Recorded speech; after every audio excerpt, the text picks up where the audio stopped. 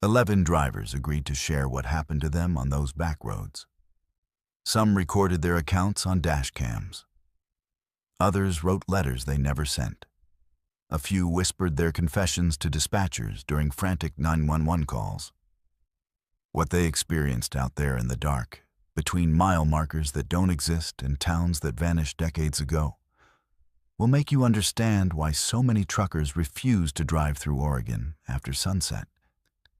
If you're ready to hear what's really out there on the loneliest highways in America, then you're in the right place. Subscribe to Verified Fears, because once you hear these accounts, you'll never look at an empty road the same way again. Hit that subscribe button and turn on notifications, because we're about to take you on 11 journeys into the darkness that waits between the white lines. Let's begin. He had been driving trucks for 30 years, and in that time, he had seen just about everything the road could throw at a man. Black ice that turned highways into skating rinks. Fog so thick you might as well be driving blind. Brake failures on mountain grades that made your stomach drop. He had handled all of it without breaking a sweat because he was a professional, and professionals did not panic. But what happened to him on Highway 26 3 months ago changed something fundamental in how he understood the world. The dashcam caught his voice that night, shaking in a way it had never shaken before. And the footage was later turned over to authorities who had no explanation for what it recorded. It was a Tuesday night, sometime around midnight, and he was hauling a load of lumber from the coast back toward Portland. Highway 26 through the Coast Range was a route he had driven hundreds of times. He knew every curve, every grade, every spot where deer liked to jump out. That night, the fog had rolled in thick from the Pacific, the kind that turned headlights into useless halos of diffused light. But he was not worried. He had driven through worse. The first thing he noticed was the silence. His radio had been playing classic rock, nothing fancy, just background noise to keep him company. Then it cut out. Not static, not a signal loss, just dead air. He figured it was the mountains interfering with the signal, so he reached over to switch to the CB radio. That was when he realized there was no static on the CB either. Complete silence. In 30 years, he had never heard a CB radio go completely dead. There was always something, always voices cutting through, even if it was just fragments of other drivers miles away, or the hiss and crackle of interference. But this was different. This was the absence of sound, like the radio had stopped trying to receive anything at all. He turned his attention back to the road, and that was when he saw it. At first, he thought it was just the fog playing tricks with his headlights, creating patterns in the mist that looked almost organic. But then he realized the patterns were not in the fog. They were on the road itself. The asphalt ahead of him seemed to be moving, not cracking or buckling like it does in an earthquake, but moving with a rhythm, expanding and contracting, rising and falling, breathing. He slowed the truck down, his hands tightening on the steering wheel. This could not be real. It had to be exhaustion, or maybe carbon monoxide leaking into the cab. But the longer he watched, the more undeniable it became. The road surface was pulsating like living tissue, like the chest of some massive creature drawing breath. Each rise and fall was slow and deliberate, maybe 6 or 7 seconds between cycles. The white lines that marked the lanes seemed to flex with the movement, bending and straightening in ways that paint on asphalt should never bend. He brought the truck to a complete stop at engine, idling, and sat there staring at what lay ahead. The breathing continued, perfectly rhythmic, perfectly calm. It was not aggressive. It was not threatening. It just was. And somehow that made it worse. If something was attacking him, he could react. He could fight or flee. But this was simply existing, indifferent to his presence, following its own alien logic. He grabbed his flashlight from the door panel and stepped out of the cab. The night air was cold and damp, smelling of pine and ocean salt. The fog pressed in around him, limiting his vision to maybe 20 feet in any direction. He walked slowly toward the front of his truck, keeping the beam of his flashlight trained on the road's surface. The asphalt continued its slow, steady breathing, up and down, up and down. He could not hear it, but he could see the shadows shifting with each rise and fall, could see small pieces of gravel rolling back and forth in response to the movement. He knelt down and reached out his hand, then stopped himself. Every instinct he had was screaming at him not to touch it. Instead, he watched the surface rise toward his outstretched fingers, then fall away. The movement created a subtle wind, a gentle exhalation that carried a smell he could not quite identify. Not decay exactly, but something organic and old and wrong. He stood up quickly and backed toward his truck. This was not something he could fix or understand or deal with. This was something he needed to get away from. But as he turned back toward the cab, he realized with a sinking dread that the road behind him was breathing too. The pavement under his boots was moving, rising and falling with that same steady rhythm. He was standing on it. He had been standing on it the whole time. His breath came faster now, and he scrambled back into the truck, slamming the door shut. He put the transmission in gear and pressed down on the accelerator, telling himself he would just drive across it, that it was still solid, still functional. The truck rolled forward onto the breathing section of highway, and he felt it immediately through the steering wheel. A pulsing sensation, like driving over speed bumps that appeared and disappeared in rhythm. The whole truck rocked gently with each breath of the road beneath him.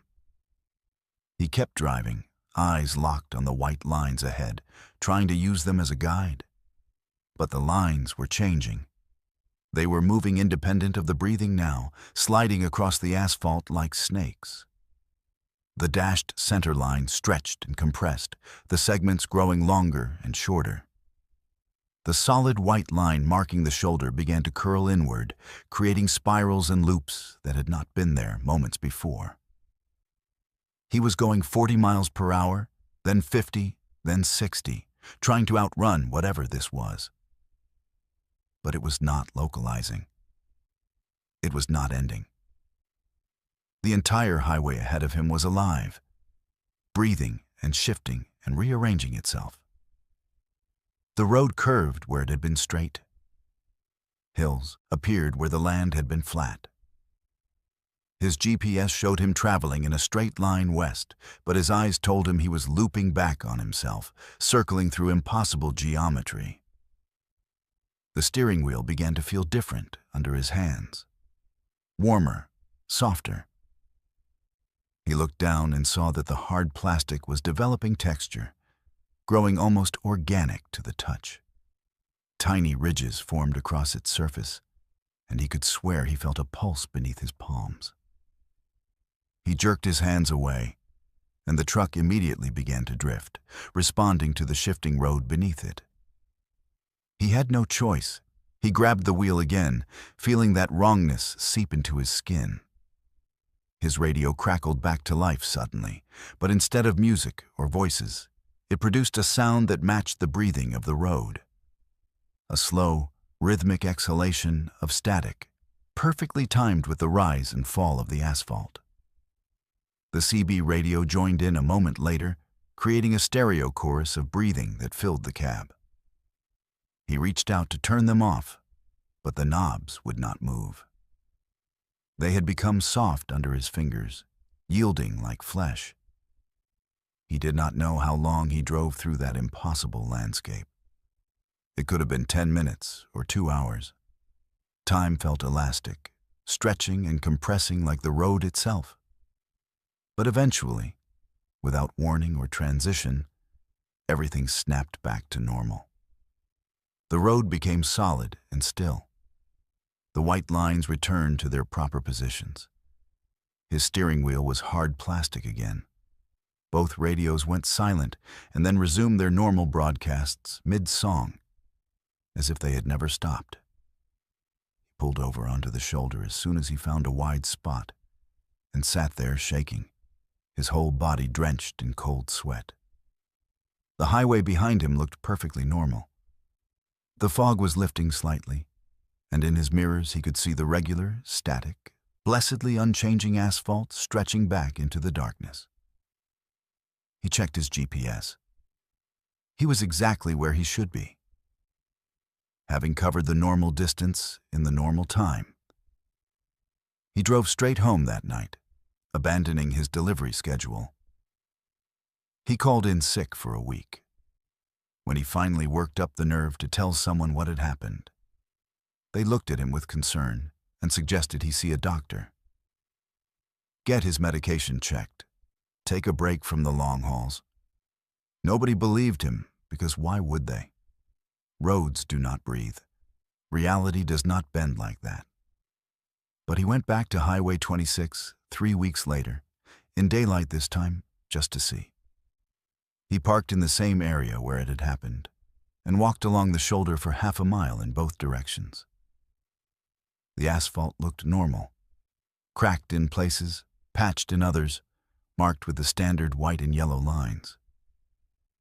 He knelt down and pressed his palm flat against it. Solid, cold, completely still.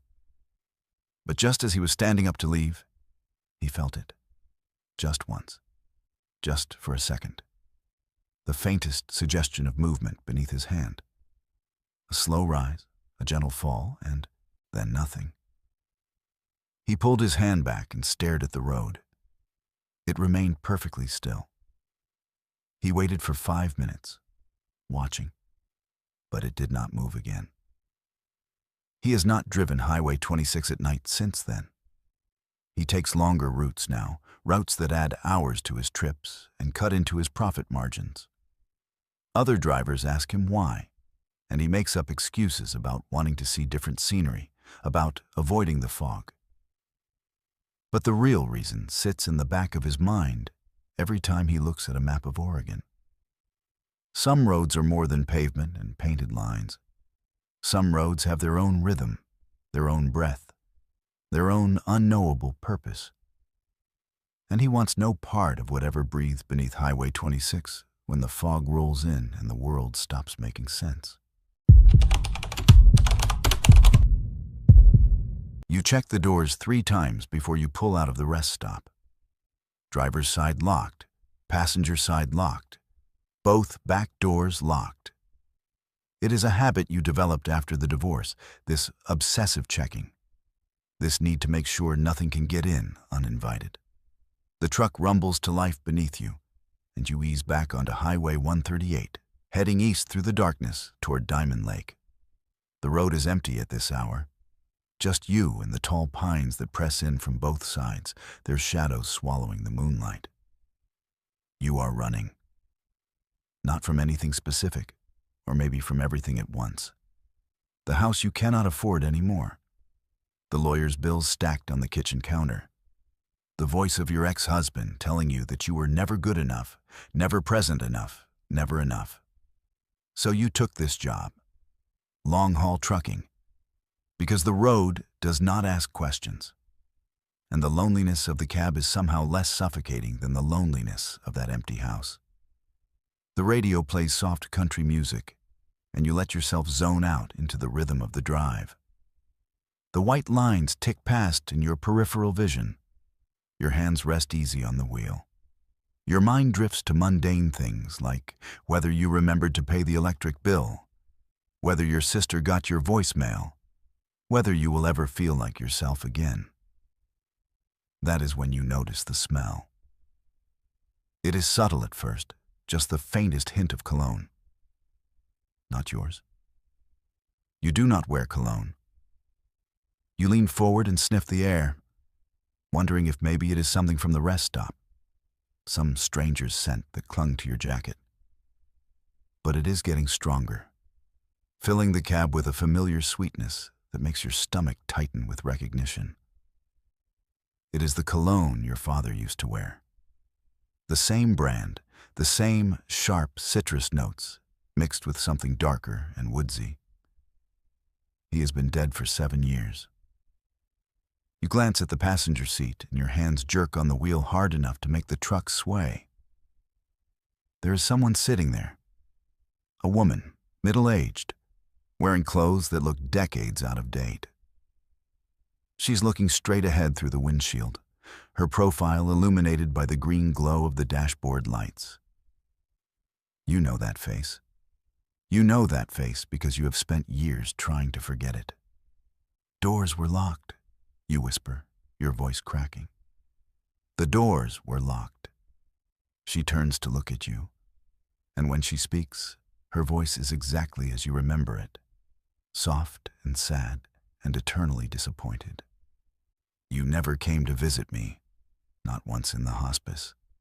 I called for you every day. It is your aunt, your mother's sister, the one who raised you for 3 years when your mother could not, the one who taught you to braid your hair and make pancakes and believe that someone could love you unconditionally, the one who died alone in a hospice while you were too busy with your own problems to make the 4-hour drive. You went to the funeral and you cried, but you never visited when it mattered, when she was still alive and calling your name. You are not real, you say, but your voice has no conviction in it. You can see her clearly now, every detail perfect. The mole on her left cheek, the way her hair curls at her temples, the gold wedding band she never took off even after her husband died. You are not real. I am tired. I am stressed. I am hallucinating. You were always good at making excuses, she says, and the disappointment in her voice cuts deeper than any knife. That is what your husband said, was it not? That you were always making excuses instead of being present? That you were always somewhere else in your head instead of with him? Your hands are shaking now, gripping the wheel so hard that your knuckles have gone white. How do you know that? How do you know what he said? She does not answer. Instead, her face begins to change. It is subtle at first, just a shifting of features, a blur of motion like an old photograph developing. The wrinkles smooth out. The gray hair darkens to brown. The features sharpen and harden, and suddenly you are looking at your ex-husband's face on your aunt's body. His expression cold and calculating in a way you remember too well. You were never enough, he says in his voice, the voice that used to keep you awake at night, picking apart your every failure in the darkness of your bedroom. Not smart enough, not pretty enough, not present enough. I wasted 10 years on you, and what did I get? A wife who was already gone before she left. You want to pull over. You want to stop the truck and get out and run into the trees and never look back. But your foot stays on the accelerator, your hands stay on the wheel, and the truck keeps rolling forward through the darkness because some part of you knows that stopping would be worse. That whatever this is, whatever is sitting in your passenger seat, it wants you to stop. It wants you alone and motionless in the dark. I tried, you say, and you hate how small your voice sounds. I tried to be what you needed. The face shifts again. Your ex-husband's features melt away like wax, reforming into someone new. This time, it is your mother, younger than you ever knew her, maybe 20 years old, with the same hollow eyes you inherited. You are just like me, she says, running away from everything, blaming everyone else. I ran too, you know. I ran from you. That is why your aunt had to take you. Because I could not stand to look at you and see my own failures reflected back. Stop it, you say, louder now, anger mixing with the fear. Stop it. You are not her. You are not any of them. No, the thing agrees. And now the face is shifting faster, cycling through people you know and people you have forgotten. Your first boyfriend who you ghosted after 2 dates because you were too afraid of intimacy. Your college roommate who you stopped talking to after graduation. Your sister who you keep meaning to call but never do.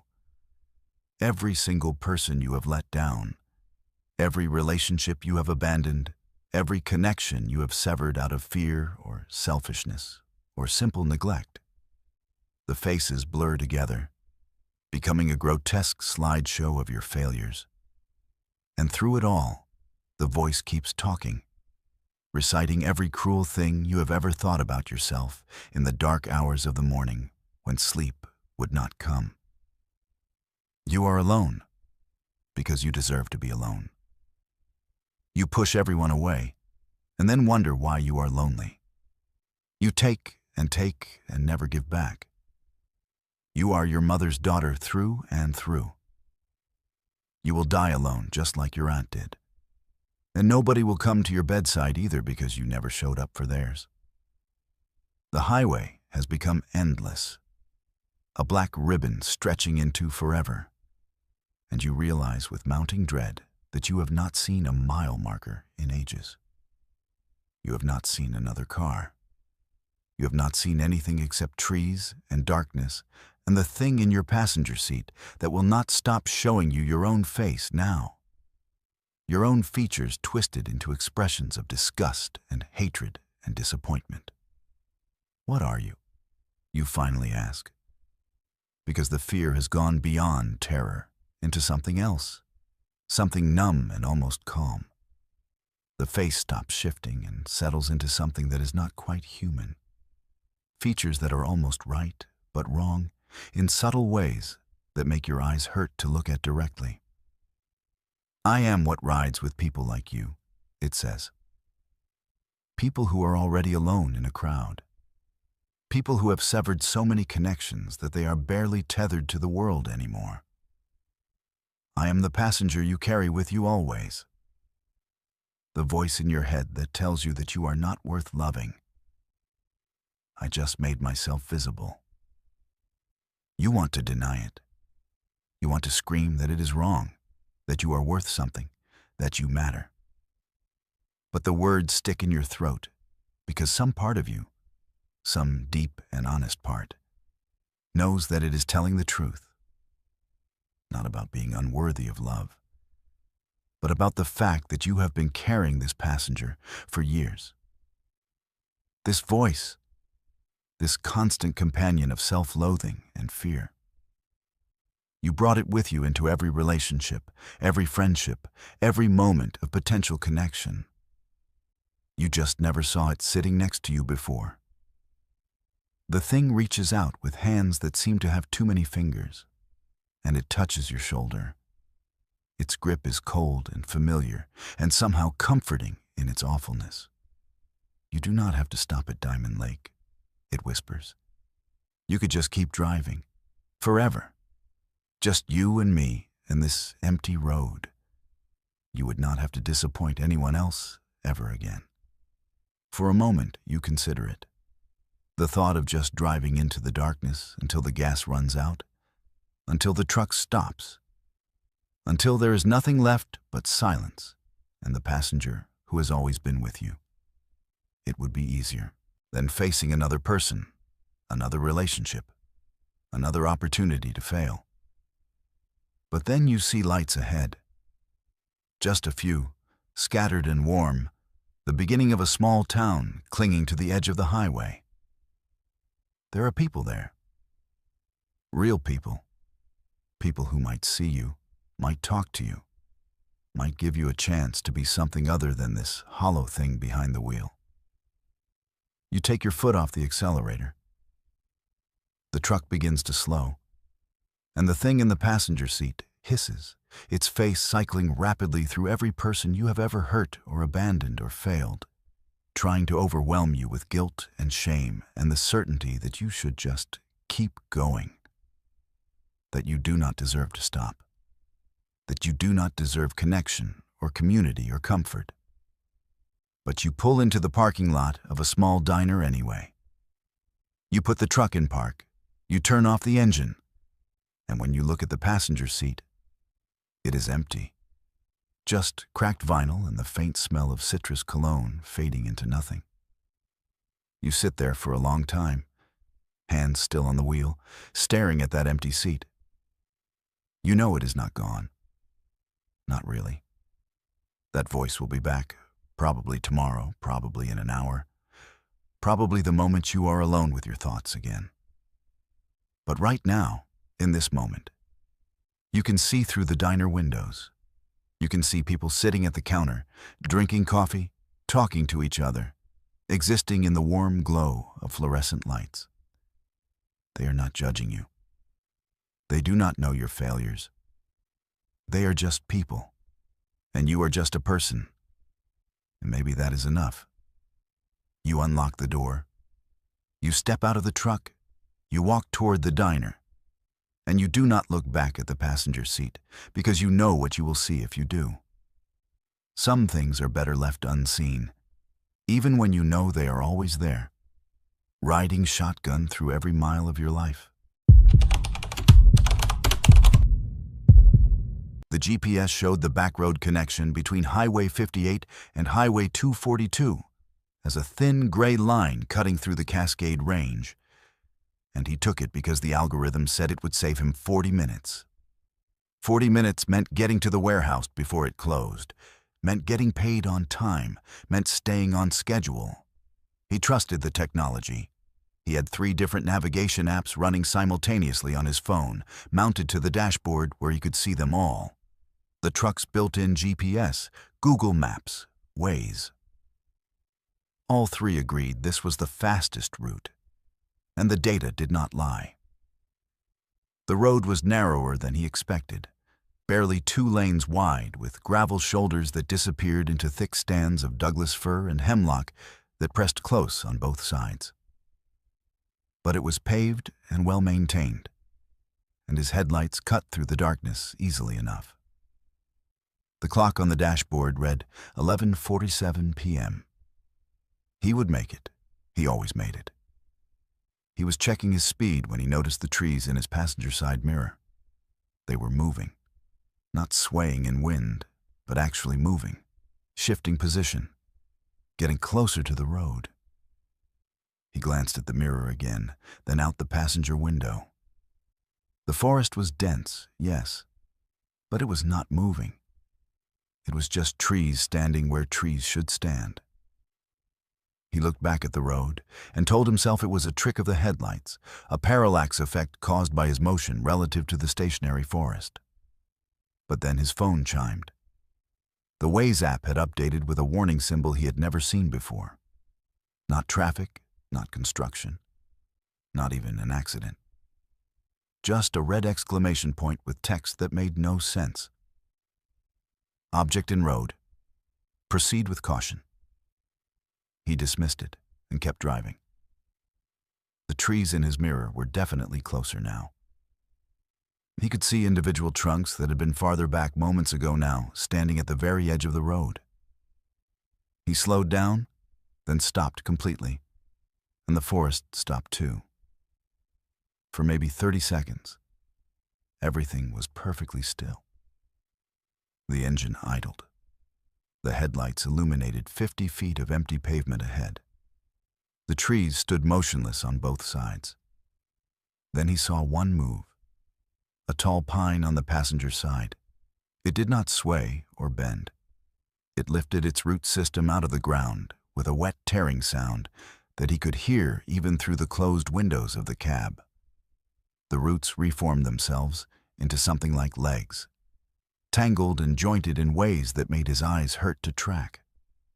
The tree took a step toward the road. Then another. Then a dozen more trees around it did the same thing. He put the truck in gear and accelerated hard. The engine roared, and the tires grabbed asphalt, and he was moving again. 60 miles per hour on a road built for 40. not caring about safety or caution anymore because the trees were walking now.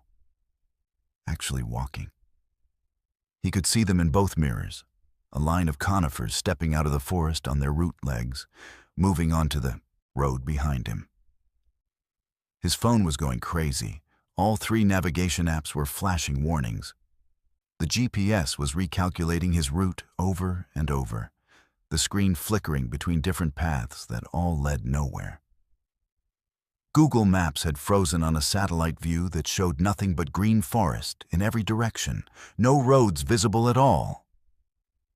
Waze was showing his location as a blue dot surrounded by hundreds of red hazard markers that filled the entire screen. He did not look at the phones anymore. He looked at the road and he drove. And in his mirrors, he watched the forest follow him. They were not running. They did not need to run. They were simply maintaining pace, 100 yards behind, maybe less. A wall of walking trees that stretched across the entire width of the road. Tall pines with roots that moved like spider legs. Thick firs that swayed as they walked, their branches reaching out toward each other. Hemlocks that bent and straightened with each step in a motion that looked almost like breathing. The road curved, and he took the turn too fast, feeling the trailer fishtail slightly before he corrected. The trees followed through the curve, perfectly coordinated, not losing any ground. He pressed the accelerator harder. 70 miles per hour now. 80. The truck was shaking and the engine was screaming, and the forest behind him was keeping pace. He tried his radio, CB first, clicking through channels, hearing nothing but static on every frequency until he reached channel 19 and heard something that froze his blood. It was not a voice. It was the sound of wind through branches, rhythmic and pulsing, matching the pace of the walking trees. He switched to FM and every station was broadcasting the same thing.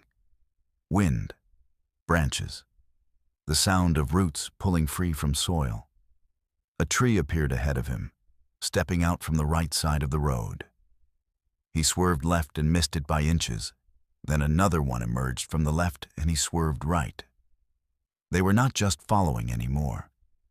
They were ahead of him. They were surrounding him. He could see them in the headlights now, dozens of trees moving in from both sides, creating a narrowing corridor that he had to navigate at 85 miles per hour. One of them got close enough to scrape against the trailer, a screech of bark against metal that he felt through the entire truck.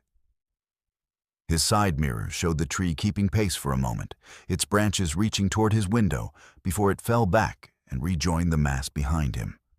They were testing him, learning his speed, figuring out his limits.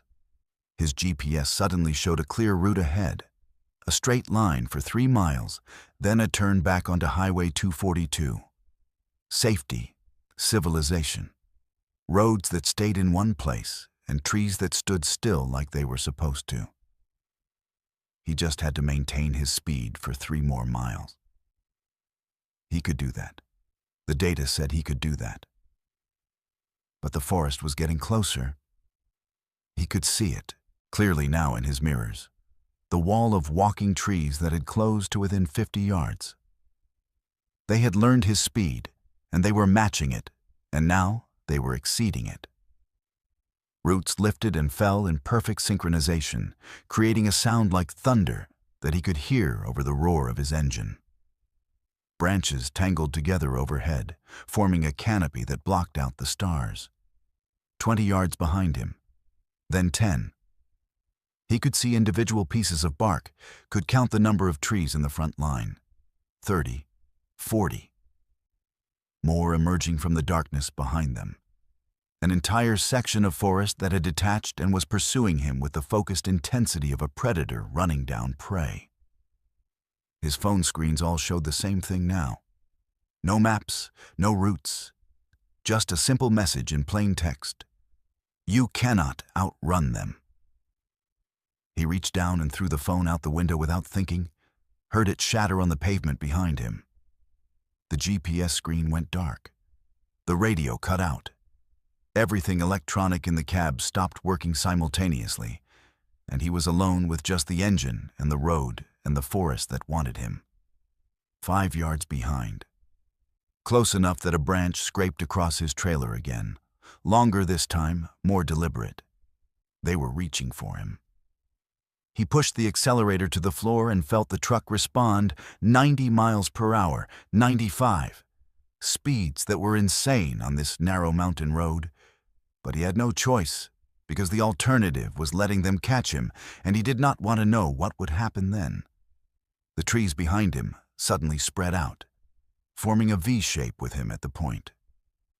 They were herding him, channeling him towards something. He saw it ahead too late to react. A massive, old-growth Douglas fir standing in the middle of the road, its trunk wider than his trailer, its branches spread like arms, waiting to embrace. He hit the brakes hard, too hard, felt the trailer jackknife and the truck skid sideways. Time slowed down, and he could see everything with perfect clarity. The tree ahead, motionless, waiting. The forest behind, surging forward now that he was stopped. His hands on the wheel, white-knuckled and shaking. The road stretching away into darkness on both sides. The truck came to rest facing backward, headlights illuminating the wall of trees that had been chasing him. They were stopped now, maybe 20 feet away, their root legs planted firmly on the asphalt. They were not moving closer. They were just standing there, waiting, watching him with whatever passed for awareness in ambulatory trees. He sat frozen, engine still running, staring at them through the windshield. They stood in perfect formation, hundreds of trees arranged in precise rows, branches interlocked overhead. The Douglas fir that had forced him to stop was behind him now. And he could hear it moving, hear the creak of wood and the scrape of roots on pavement as it approached his trailer. The trees ahead parted suddenly, creating a path down the center of their formation. The path led back the way he had come, back to Highway 58, back to known roads and normal reality. They were showing him the way out. They were giving him a choice. He put the truck in gear and drove forward slowly, into the gap they had made. The trees stood perfectly still as he passed between them, close enough that he could have reached out and touched bark if he opened his window. Close enough that branches brushed gently across his cab and trailer as he navigated the narrow passage. The sound they made was almost like whispering, wood rubbing against wood in rhythms that suggested communication. It took him 10 minutes to drive through the formation. 10 minutes of maintaining 5 miles per hour while surrounded on all sides by trees that could have crushed his truck if they had wanted to. But they did not want to. They just watched as he passed, their branches tracking his movement, their root legs shifting slightly to maintain formation. When he finally emerged from the other end, the road ahead was clear and empty. He accelerated gradually back to normal speed and drove without stopping until he reached Highway 58. When he looked in his mirrors, the forest behind him was just forest again. Stationary. Normal. Trees standing where trees belonged.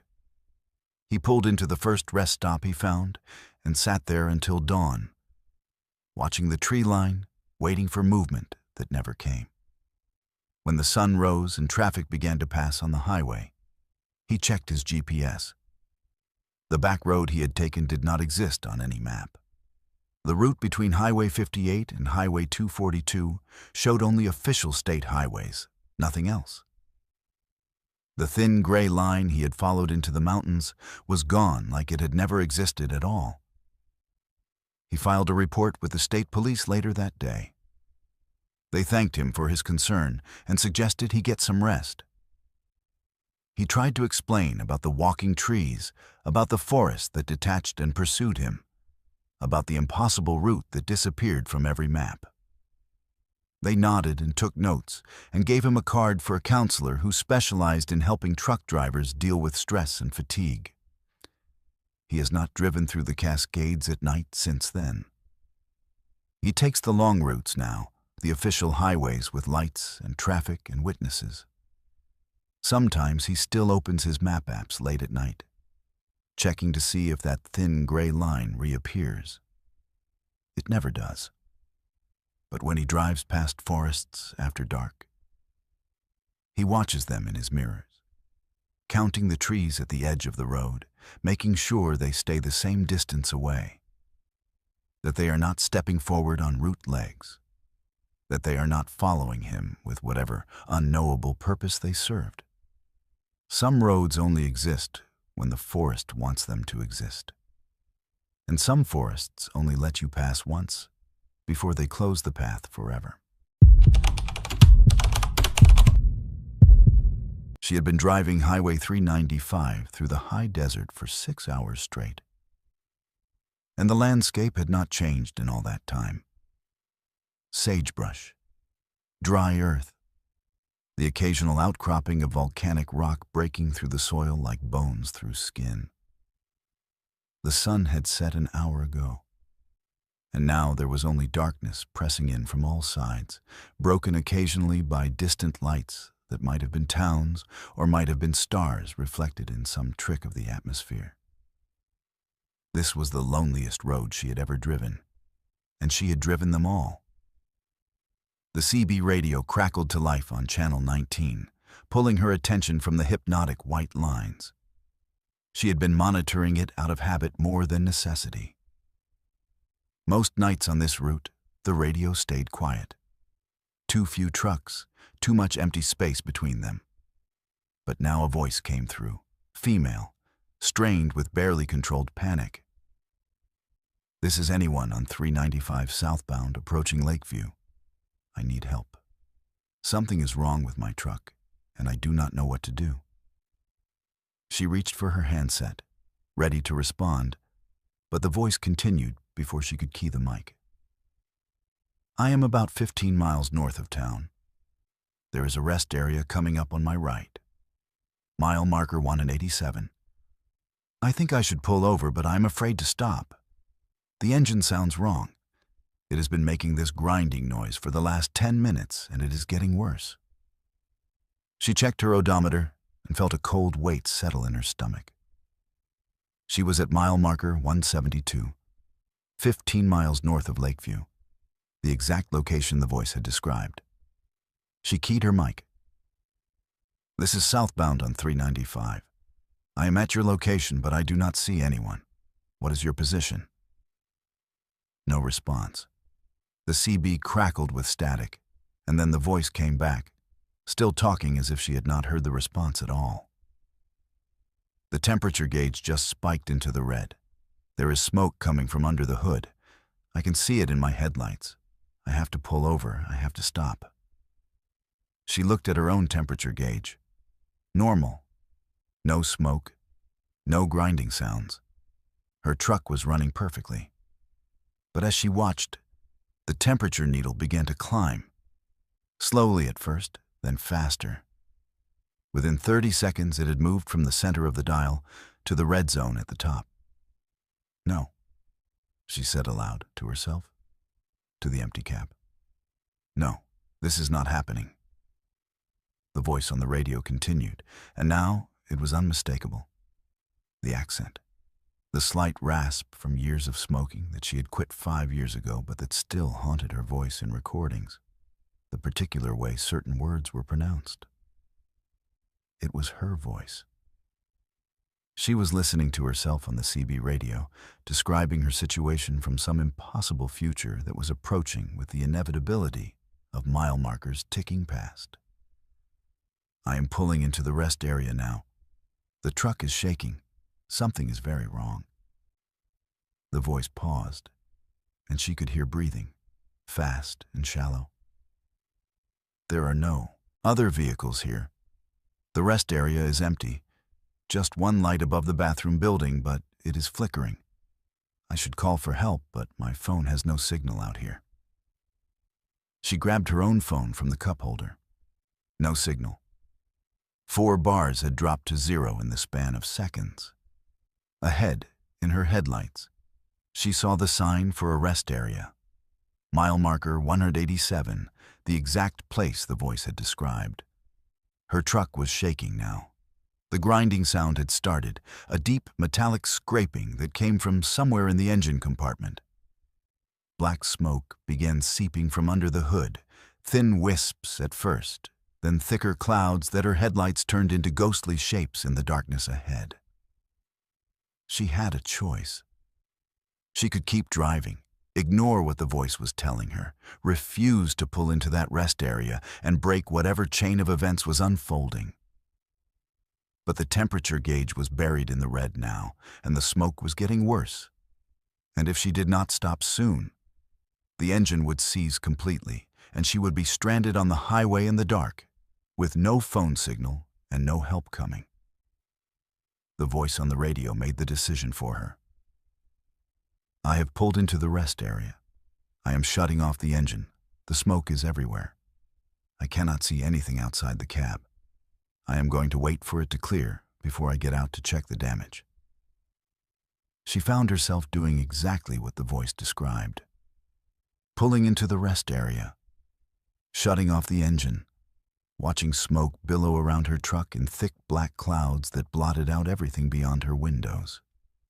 She sat with her hands still on the wheel, listening to the radio, listening to herself describe what would happen next. The smoke is clearing. I can see the bathroom building now. The light is still flickering. I should check under the hood, but I do not want to get out. There is something wrong with this place. I cannot explain it, but everything feels wrong. The smoke outside her cab began to thin and disperse, and she could see the rest area taking shape in the darkness. A small concrete building housing bathrooms, a picnic table under a dead tree. The single light above the building flickering exactly as the voice had said, casting unstable shadows that moved with no relationship to anything real. She keyed her mic, trying to break the loop, trying to communicate with whatever version of herself was speaking. Stop. Do not get out of the truck. Whatever you are going to do not do it. But the voice continued without pause. I am getting out now. I need to see what is wrong with the engine. I need to know if I can fix it or if I will be stranded here until morning. Her hand moved to the door handle without her conscious decision. She was operating on autopilot, following a script that had already been written, acting out events that had somehow already occurred. She pulled the handle, and the door opened, and the night air rushed in, cold and dry and smelling of smoke and sagebrush. The hood is hot. I can feel the heat radiating off it. I am using my jacket to protect my hand while I release the latch. She was at the front of her truck now, doing exactly what the voice described, using her jacket, releasing the latch. Steam and smoke poured out when the hood lifted, and she waved it away, coughing, trying to see the engine beneath. The voice on the radio, her voice, was crying now. I can see the problem. The serpentine belt has shredded. Pieces of it are wrapped around the pulleys. But that is not what worries me. There is something else in the engine compartment. Something that should not be there. Something moving. She leaned closer, shining her phone's flashlight into the engine bay. The belt was destroyed, exactly as the voice had said. Ribbons of black rubber hung from various components. But there was something else. Something pale and organic pressed between the engine block and the radiator. It pulsed slowly, rhythmically, like tissue that was breathing. I do not know what I'm looking at. It looks like flesh, like something alive has grown into the engine. I need to touch it. I need to know what it is. No, she said aloud, backing away from the truck. I am not doing that. I am breaking the pattern. I am not touching it. But her hand was already reaching forward, drawn by the same compulsion that had pulled her into the rest area. that had made her open the hood, that was guiding her through actions that felt simultaneously like free will and absolute inevitability. Her fingers made contact with the pale flesh, and it was warm and wet, and it contracted under her touch. The voice on the radio screamed, "It has me. It is pulling me in. My hand is stuck. I cannot pull away. It is so strong. Help me. Someone please help me." She felt it then. The flesh had wrapped around her wrist like fingers, tightening, pulling her hand deeper into the engine compartment. She braced her other hand against the truck's grill and pulled hard. But the grip only tightened. Her arm was being drawn in past her elbow now, the metal edges of the engine bay cutting into her skin. The voice on the radio was sobbing. Her voice, describing exactly what she was feeling in this moment, the pain and terror and helplessness. And then the voice said something that made her blood freeze. "Someone is coming. I can hear footsteps behind me. Slow footsteps, deliberate. Someone was here the whole time, watching, waiting for me to get trapped. I cannot turn around. I cannot see them. But I can hear them getting closer." She heard them too. Footsteps on gravel. Steady and unhurried, coming from the direction of the bathroom building, from the shadows beyond the flickering light. She tried to look back over her shoulder, but her position bent over the engine made it impossible to see. The thing in the engine pulled harder, and her shoulder slammed into the grill. And she felt her arm being drawn in up to her bicep. They are right behind me now. I can feel them standing there, watching. I am going to turn my head. I am going to see who they are. She forced her head to turn despite the pain, despite the impossible angle. And she saw a figure standing 5 feet behind her. Tall, wearing clothes that were wrong somehow, outdated, rotting. The face was in shadow, but the posture was one of patient waiting. The figure had been standing there all along, she realized. Standing there when she pulled in. Standing there when she got out. Standing there invisible in the smoke and darkness until this precise moment when she was trapped and helpless. The voice on the radio spoke its final words. "They are reaching for me. I can see their hand now. The fingers are too long. I am sorry. I should have kept driving. I should have ignored everything and just kept..." The transmission cut off abruptly, replaced by static. And in the same instant, the figure behind her touched her back. The hand was cold. The fingers were indeed too long, wrapping around her torso with too many joints. The thing in the engine pulled with tremendous force, and her feet left the ground, and she was being drawn into the machinery, metal tearing flesh, bones breaking against hard edges. Her last coherent thought was that somewhere, somehow, another version of herself was driving this same stretch of highway. Maybe 10 minutes behind, maybe an hour. And that version was listening to her CB radio, listening to a voice describing engine trouble near mile marker 187, describing pulling into a rest area, describing everything that was about to happen. And that version would follow the same path because how could she not? How could anyone escape a future that announced itself with such terrible clarity? The figure's other hand clamped over her mouth, cutting off her scream. The thing in the engine pulled once more, final and irresistible. And the rest area fell silent except for the crackle of the CB radio in her abandoned truck, where her voice continued to broadcast, describing these same events to the next driver who would hear them 10 minutes from now, or an hour from now, or tomorrow night. The voice explaining in perfect detail what was about to happen. The voice that could be heard, but never heeded. The confession that was both warning and invitation to the same inescapable fate. The flickering light above the bathroom building went out completely. The smoke dispersed into the night. The rest area became just another empty space along the loneliest road in Oregon, waiting in darkness for the next truck to arrive, for the next driver to hear their own voice describing their own death with the precision of prophecy and the helplessness of history that has already been written. He should have reached the junction 20 minutes ago. The GPS said it was 12 miles from where he had turned onto Highway 126, and he had been driving at a steady 55 miles per hour, which meant he should have covered that distance easily. But the junction had not appeared. The highway just kept going, straight and empty, cutting through the Willamette Valley with fields on both sides that looked identical no matter how far he drove. He was not concerned at first. GPS systems made mistakes sometimes, especially on rural routes where updates lagged behind road changes. He would reach the junction eventually. He just needed to keep driving and stay alert for the signs. The dashboard clock read 2:17 a.m. He had plenty of time to make his delivery. Everything was fine. Mile marker 126 passed on his right.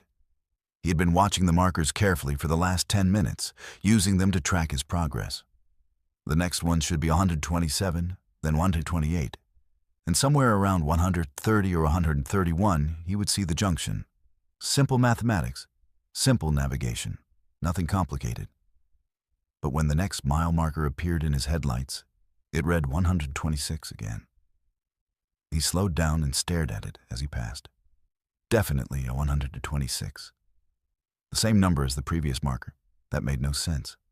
Mile markers increased sequentially. That was their entire purpose. Maybe he had misread the first one. Maybe it had been 125 and this was 126, and his tired brain was playing tricks on him. He had been driving for 11 hours straight. Fatigue could cause mistakes like that. He checked his odometer. He had traveled exactly 1 mile since the last marker. The distance was correct, even if the number was not. He kept driving, watching for the next marker, determined to pay closer attention this time. Mile marker 126 appeared again. This time he stopped completely, pulling onto the shoulder and putting the truck in park. He sat there for a moment, hands on the wheel, trying to think through what was happening. 3 identical mile markers in a row was not possible. Someone must have installed duplicates by mistake. Road maintenance crew error. It happened. It was the only logical explanation. He looked at the fields on both sides of the highway. Flat and dark, disappearing into darkness beyond the reach of his headlights. No buildings, no lights. No signs of human activity except the road itself. The moon was a thin crescent overhead, providing almost no illumination. Everything looked exactly the same in every direction. He put the truck back in gear and continued driving. The next mile marker would be different. It had to be. Maybe 127, maybe back to 125.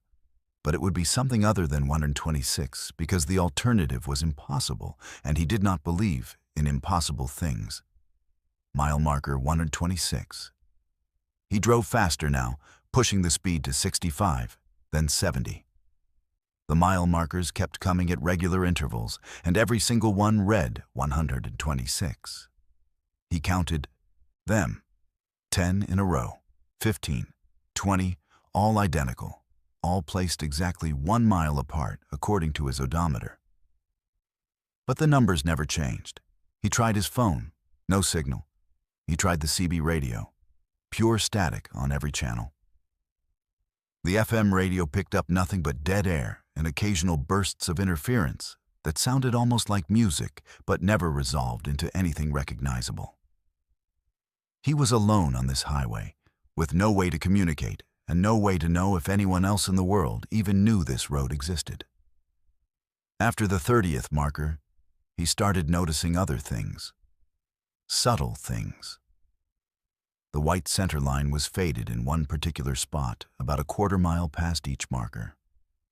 There was a specific section of shoulder where the gravel had spread onto the pavement, creating a gray patch about 6 feet long. A reflector post on the right side was bent at a slight angle. These details repeated. Exactly. Every mile. The same faded spot in the center line. The same gravel patch. The same bent reflector post. He was not passing through different sections of highway that happened to look similar. He was passing through the same section of highway over and over again. He was trapped in a loop measuring exactly 1 mile, and he had no idea how to escape it. He stopped the truck again and got out, standing on the shoulder in the cold night air. He walked to the mile marker and examined it closely. It was real. Solid metal on a wooden post, painted green with reflective white numbers. Official Department of Transportation equipment. Nothing strange or unusual about it, except the fact that it said 126, and he had seen 40 identical copies of it in the last 40 miles. He walked to the front of his truck and looked at the road ahead. It stretched straight into darkness, looking completely normal. Behind him, the road looked the same. To his left, the field. To his right, the field. No landmarks, no distinguishing features. Just road and empty land repeating infinitely in every direction. He got back in the truck and made a decision. He would drive the mile again, but this time he would pay attention to the exact moment when the loop reset. There had to be a seam somewhere, a point where the end became the beginning, where reality folded back on itself. If he could identify that point, maybe he could understand what was happening. Maybe he could find a way out. He drove slowly, methodically, watching everything. The faded center line appeared right on schedule. The gravel patch passed beneath his wheels. The bent reflector post flickered in his headlights. And then, about 3/4 of a mile from the marker, he felt it. Not a physical sensation exactly, but a momentary disorientation, like stepping off a curb he had not seen. A brief sense of discontinuity. He looked in his rearview mirror and saw nothing behind him. No road, no mile marker, just darkness. He looked forward and saw the highway continuing normally. He checked his odometer, and it had reset to 0. The clock on his dashboard still read 2:17 a.m., the same time it had shown when he first noticed the repeating markers. Time was looping too. He drove through the loop again, counting seconds in his head. The entire circuit took exactly 8 minutes at his current speed. 8 minutes to travel 1 mile that somehow connected to itself, creating a closed circuit with no beginning or end. He was not driving on a highway anymore. He was driving on a Mobius strip of asphalt that existed outside normal space. On the 5th loop, he noticed the fields had changed. The darkness was deeper somehow, more absolute. When he shined his flashlight out the window, the beam seemed to stop after about 20 feet, absorbed by the black rather than reflecting back. The air smelled different too. Less like earth and growing things, more like concrete and stale water. On the 10th loop, the center line was no longer just faded, but actively crumbling, gaps appearing in the paint that widened with each circuit. The gravel patch had grown larger, spreading across half the lane. The bent reflector post had bent further, now angled at 45 degrees instead of the original slight tilt. On the 15th loop, he saw the first crack in the pavement, a thin line running perpendicular to his direction of travel, barely visible in his headlights. By the 20th loop, the crack had widened into a fissure 6 inches across and growing. The fields on both sides were no longer fields, but empty voids of pure darkness that his headlights could not penetrate at all. On the 30th loop, the mile marker itself was decaying. The paint had faded to a dull gray. The metal was rusting in real time, brown stains spreading across the surface like blood seeping through a bandage. The wooden post was splitting, long cracks running through the grain. He tried driving off the road on the 35th loop, turning the wheel hard and heading into what had once been a field. The truck drove forward normally for about 10 feet, then hit an invisible barrier that stopped it dead, engine still running but wheels finding no purchase. He backed up onto the highway, and the truck moved normally again. He was confined to the road. This mile of road. Nothing else existed anymore. On the 50th loop, the pavement was more cracked than solid surface. He had to navigate carefully, avoiding the worst of the fissures that now crossed the highway in dozens of places. The mile marker had collapsed entirely, just a pile of rusted metal and rotted wood. But each time he completed the circuit, it was standing again when he came around, a little more decayed than before, but still marking the same impossible mile. The dashboard clock had finally started moving on the 60th loop. 2:17 became 2:18. But his calculations said he had been driving for 8 hours. 8 hours completing 8-minute loops, watching reality decay around him, trapped in a mile of highway that was falling apart in slow motion. On the 75th loop, he saw another vehicle. A car, old and rusted, sitting on the shoulder ahead. He slowed as he approached it, hoping desperately for another person, for someone who could help or explain or even just confirm that he was not losing his mind. But when his headlights illuminated the car, he saw it was empty, abandoned. The windows were broken and weeds were growing through the chassis, even though there were no weeds anywhere else. The car was still there on the 76th loop, and the 77th, a permanent addition to the circuit. He realized with growing horror that it had probably belonged to someone else who had been trapped here, who had eventually given up and left their vehicle behind. How long ago? How many loops had they completed before they stopped? What had happened to them after they left the car? On the 90th loop, his truck began to show signs of decay. Small rust spots appeared on the hood. The paint was fading. The steering wheel felt different under his hands, the plastic degrading into something softer and more fragile. He was decaying too, he realized. Not dying exactly, but wearing down, becoming part of the loop's slow entropy. He stopped counting after 100 loops. The road was barely passable now, great sections of pavement missing entirely, forcing him to navigate across bare earth that matched the void around it. The mile marker was just a stain on the ground where it had dissolved. His truck sputtered and coughed, mechanical systems failing one by one as whatever force governed this place stripped them away. He no longer remembered what he had been hauling or where he had been going. Those details belonged to a world that felt increasingly distant and unreal. The only reality was the loop, the 8 minutes, the slow decay, the eternal return to the same point on a road that led nowhere and everywhere simultaneously. His last coherent thought, before exhaustion and despair finally claimed him, was that the highway had not trapped him. He had never left it. He had been driving this same mile forever, and everything before it was just a dream he had told himself while the loop ran its endless course. The other roads, the other trucks, the destinations and deliveries and human connections were fictions invented by a mind that could not accept the truth. There was only Highway 126. There was only mile marker 126. There was only the loop and the decay, and the 8 minutes that never ended, world without end, asphalt and darkness forever. He kept the photograph taped to his dashboard where he could see it every time he glanced away from the road.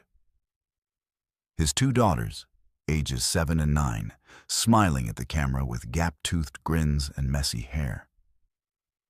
The photo was 3 years old now, taken before he had started driving long-haul routes, back when he had been home every night for dinner and bedtime stories.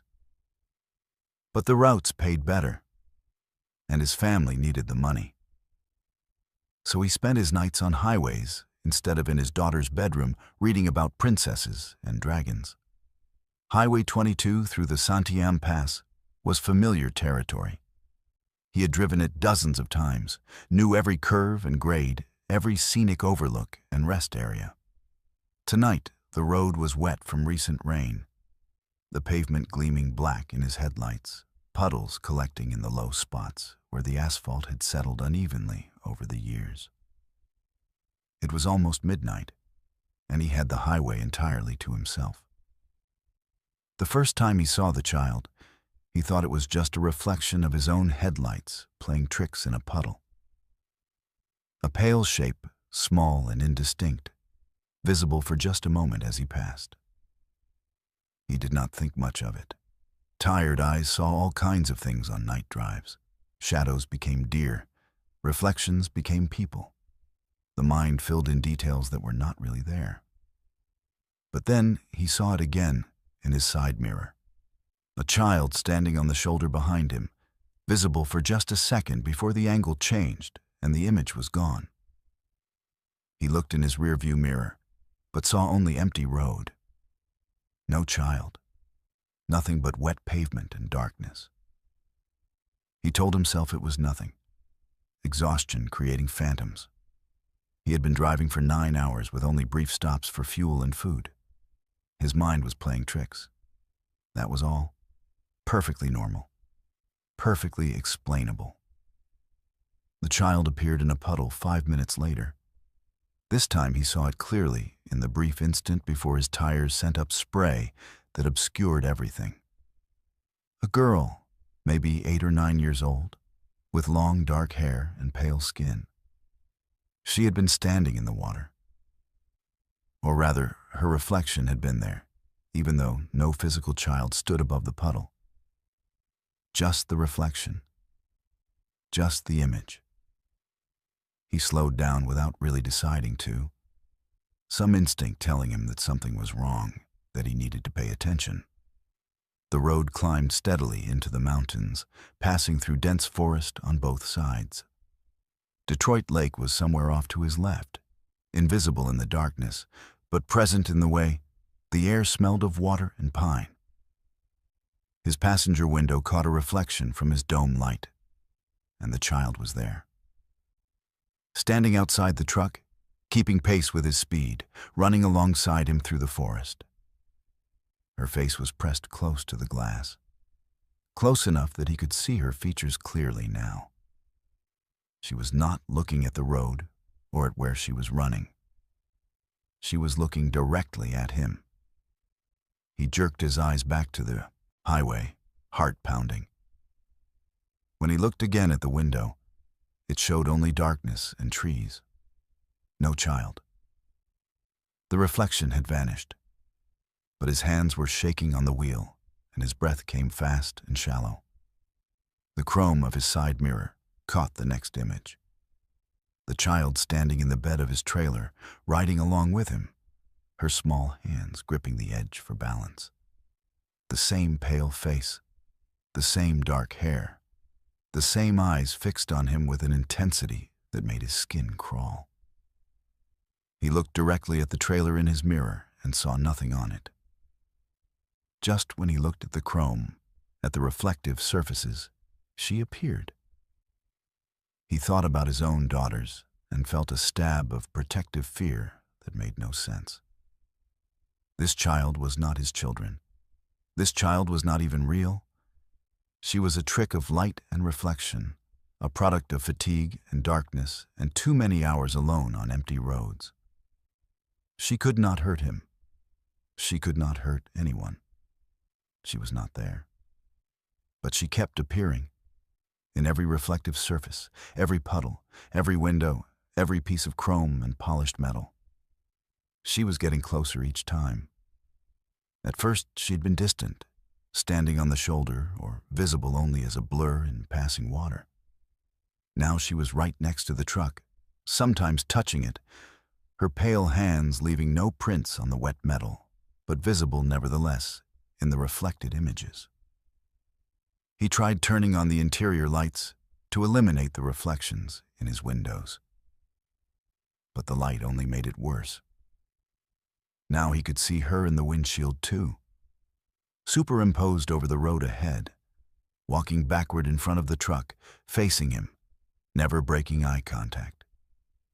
She was mouthing something, words he could not hear, a message he could not read. His phone screen caught her image when he glanced at his GPS.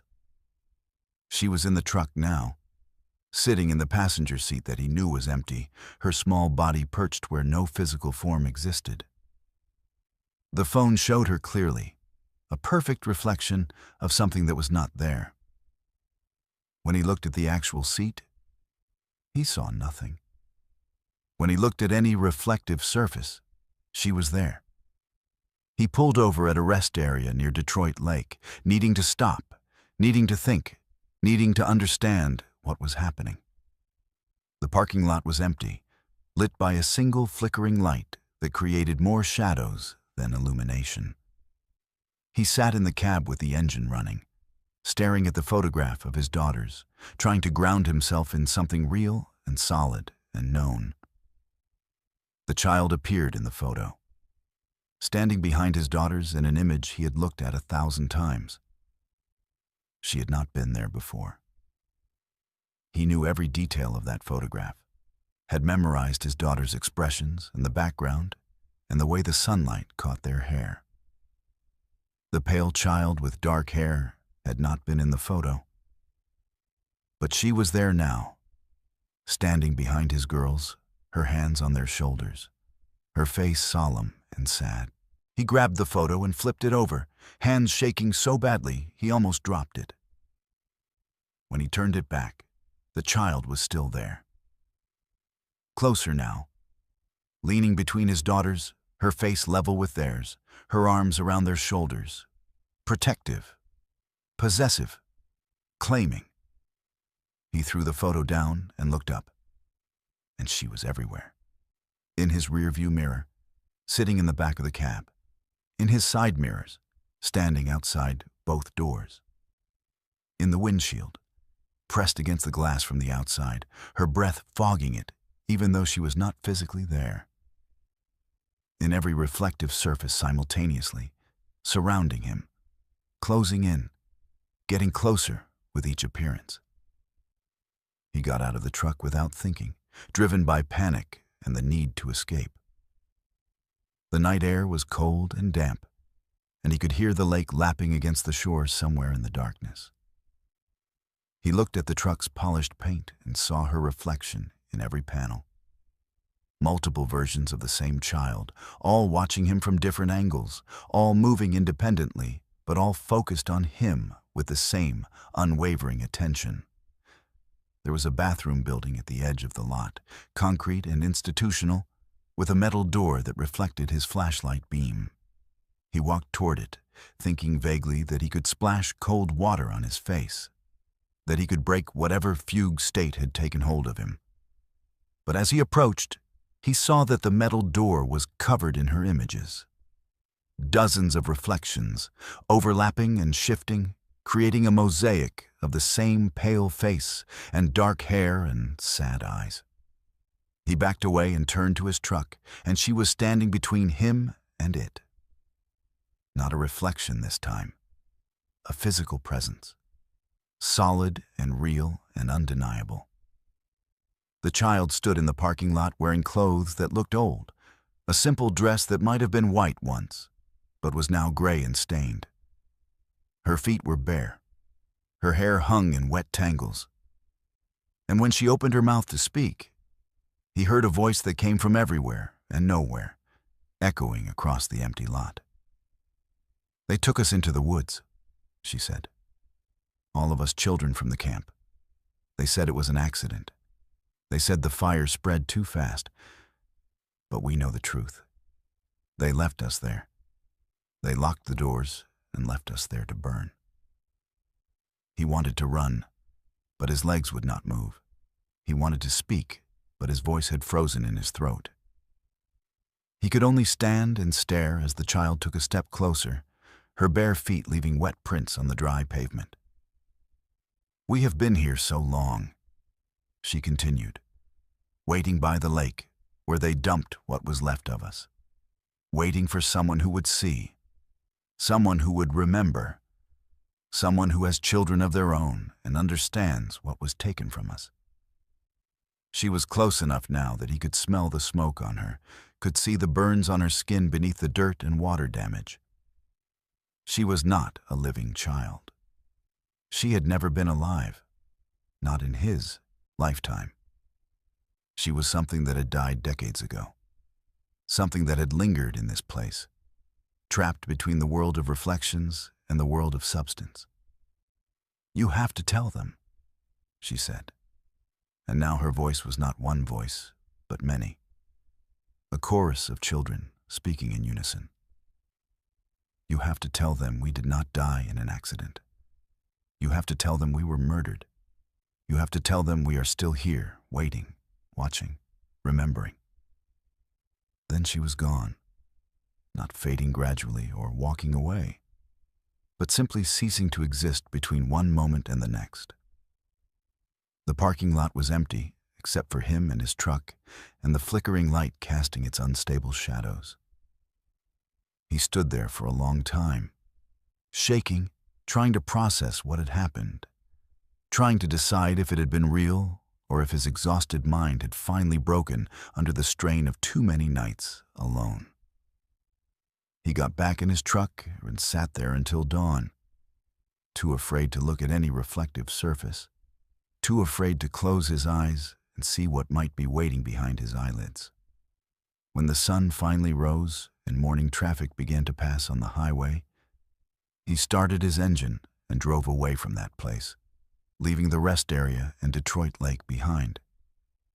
But the child came with him. Not physically, not standing beside him or sitting in his passenger seat, but present nevertheless in every reflection. She was always there now, visible whenever he looked at his mirrors or his phone screen or any surface that could show him his own image. She stood behind him, her hands on his shoulders, her face sad and patient and eternally waiting. He stopped driving long-haul routes after that, took a job closer to home, one that let him be with his daughters every night. He told his wife it was because he missed his family too much, because the money was not worth the time away. He never mentioned the child. He never spoke about what he had seen at Detroit Lake. But sometimes, when he looks at photographs of his daughters, he sees another child standing with them, pale and sad and forever young. A ghost who found him on a wet highway through the mountains. A voice for the forgotten dead who chose him to carry their story. And in every reflection, she is watching, waiting, reminding him that some things cannot be driven away, that some passengers ride with you forever, whether you acknowledge them or not. He had seen death before. 3 tours in the Marines, 2 in Iraq and 1 in Afghanistan, had shown him more than most people would see in 10 lifetimes. He had watched friends die. He had killed enemies. He had walked through villages where death hung in the air like humidity. So when people asked him if he believed in ghosts, he always gave the same answer. The dead stay dead. They do not come back. They do not haunt. They just stop existing. And the world moves on without them.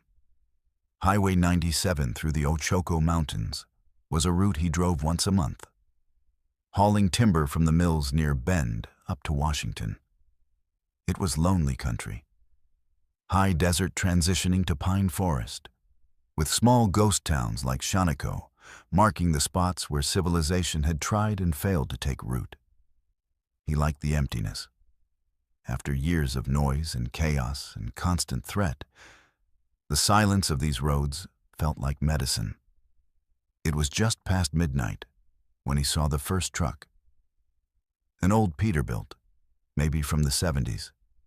Its chrome dulled with age and its paint faded to a color that might have been red once, but was now closer to rust. It was pulled over on the shoulder about a quarter-mile ahead, emergency flashers blinking in the darkness. He slowed down as he approached, checking to see if the driver needed help. That was the code among truckers. You did not pass someone in trouble without at least asking. But as his headlights swept across the old Peterbilt, he saw that no one was standing beside it. The cab appeared empty. The flashers continued their rhythmic pulse, but there was no sign of the driver. He considered pulling over anyway, but something about the truck made him uneasy. It looked wrong somehow. Too clean for its apparent age. Too perfectly positioned on the shoulder. Too still, as if it was not really a truck at all, but a photograph of one. A two-dimensional image pretending to have depth. He drove past it and checked his mirror. The old Peterbilt was pulling back onto the highway behind him, its lights coming on, falling into line about 100 yards back. He had not seen anyone get in. He had not seen it start.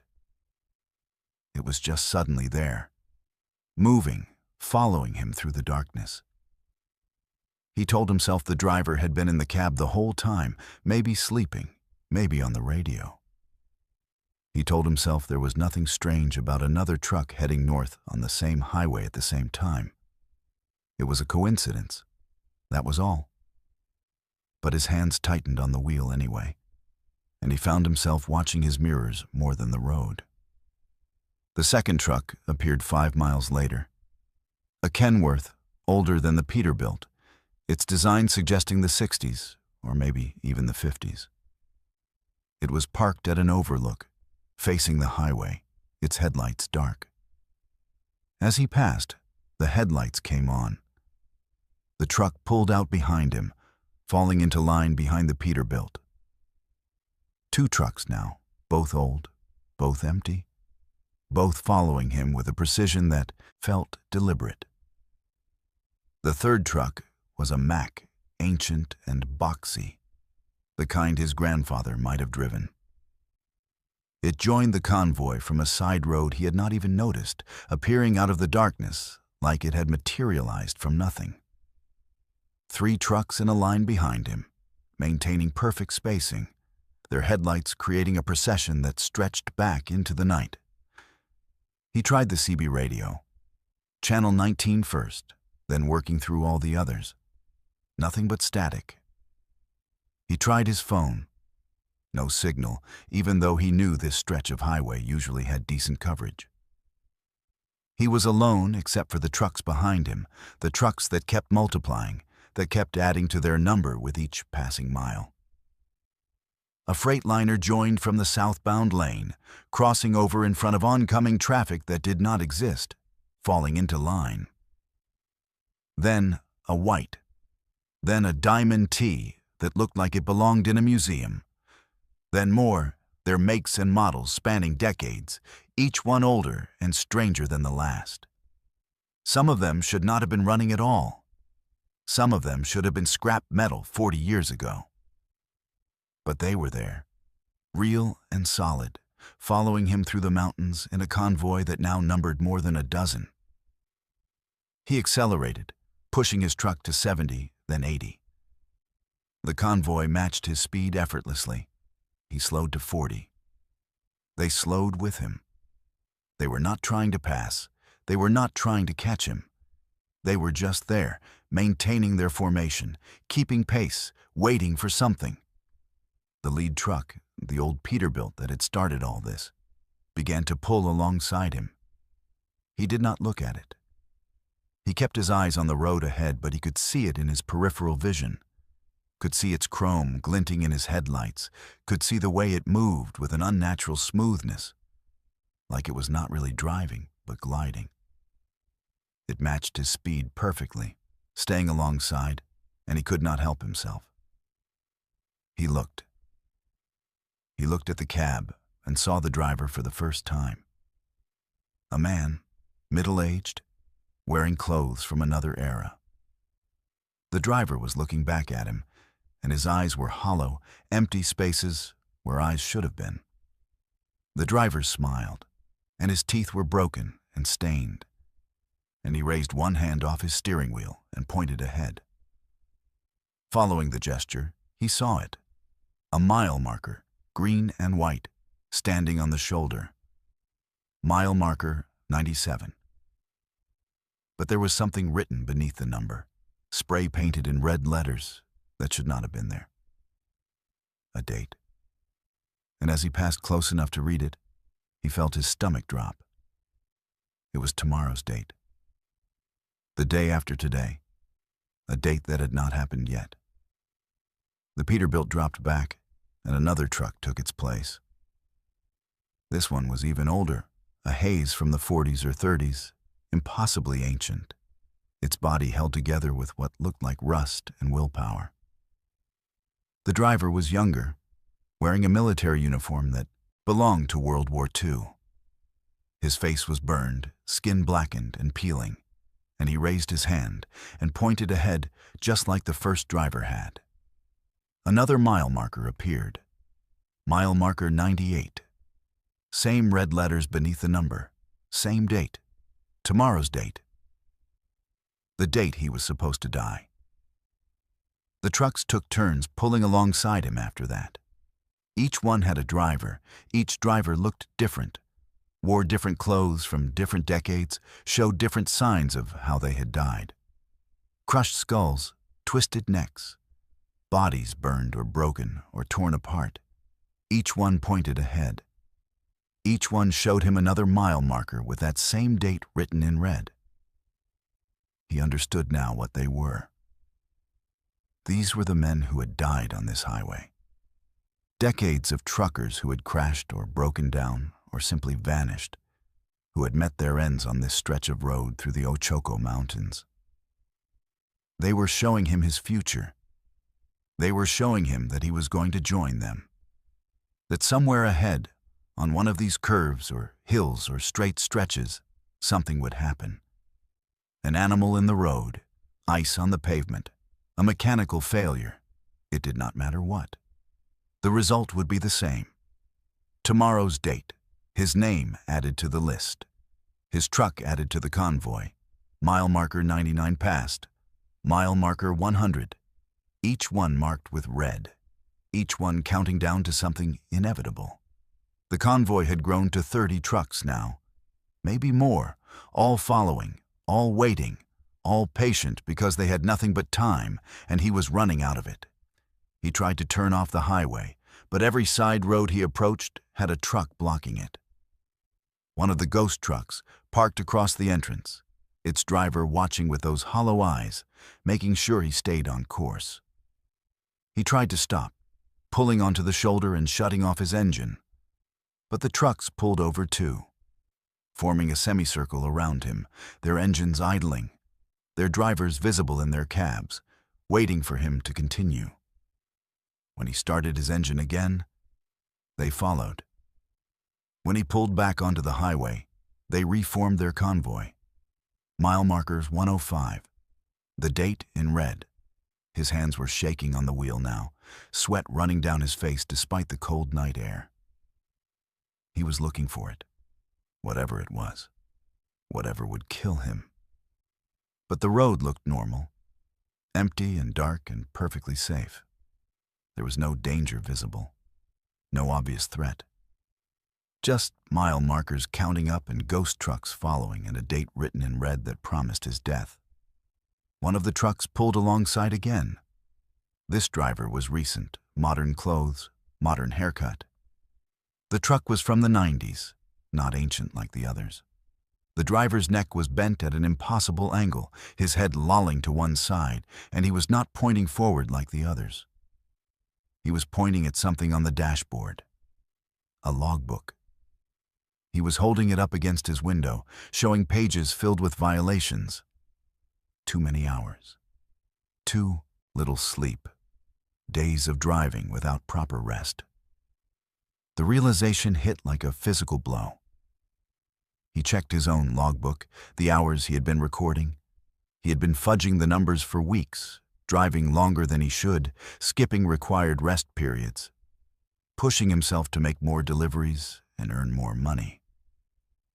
He was exhausted. He had been fighting sleep for the last hour, had felt his eyes closing, had caught himself drifting in his lane more than once. The trucks were not going to kill him. He was going to kill himself. Somewhere in the next few miles, he would fall asleep at the wheel. He would drift off the road or into oncoming traffic. The crash would come tomorrow, in the early morning hours, just as the red letters promised. And after, he would join the convoy.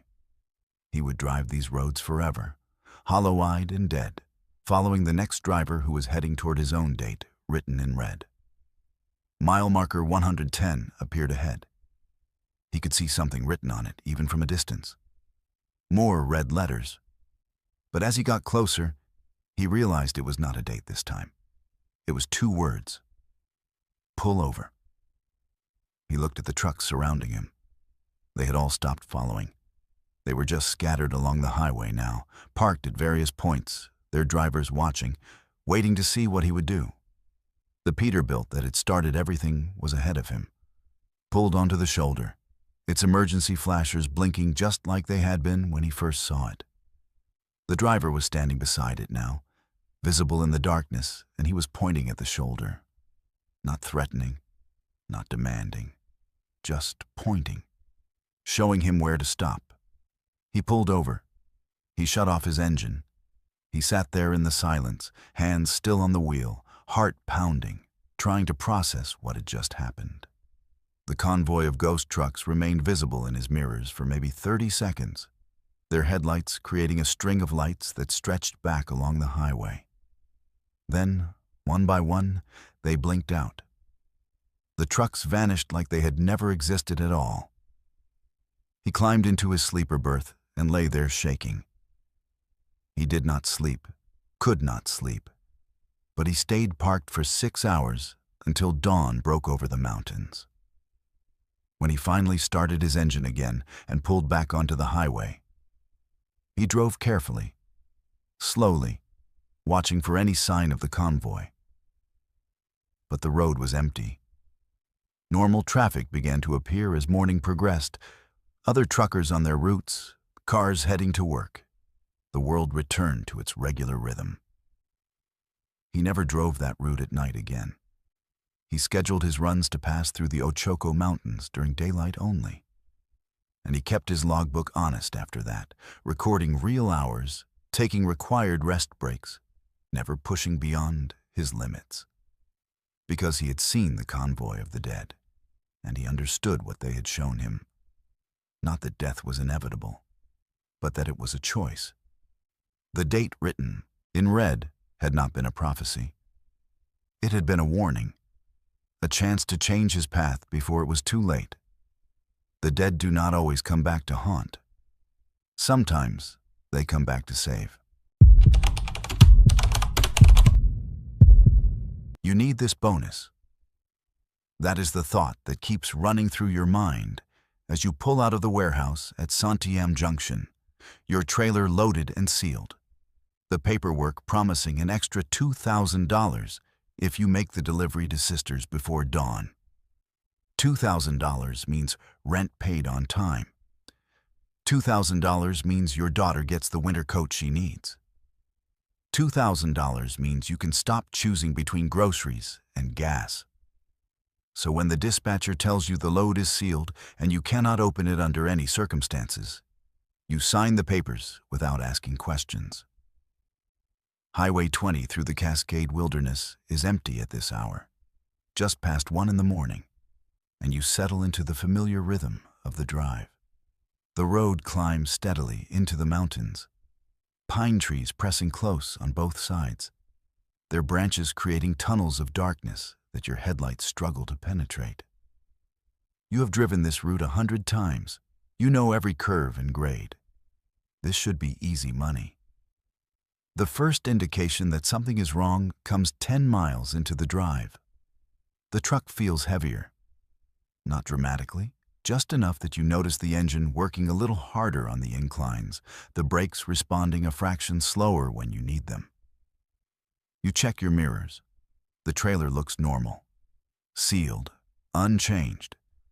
You tell yourself it is just the grade, just the mountain road requiring more power. Nothing unusual, nothing to worry about. But 5 miles later, the heaviness has increased. You can feel it now in the way the steering responds, the way the whole rig handles differently, like you are hauling significantly more weight than when you started. You glance at the paperwork clipped to your visor. Manifest says 40,000 pounds. Your truck is rated for 80,000.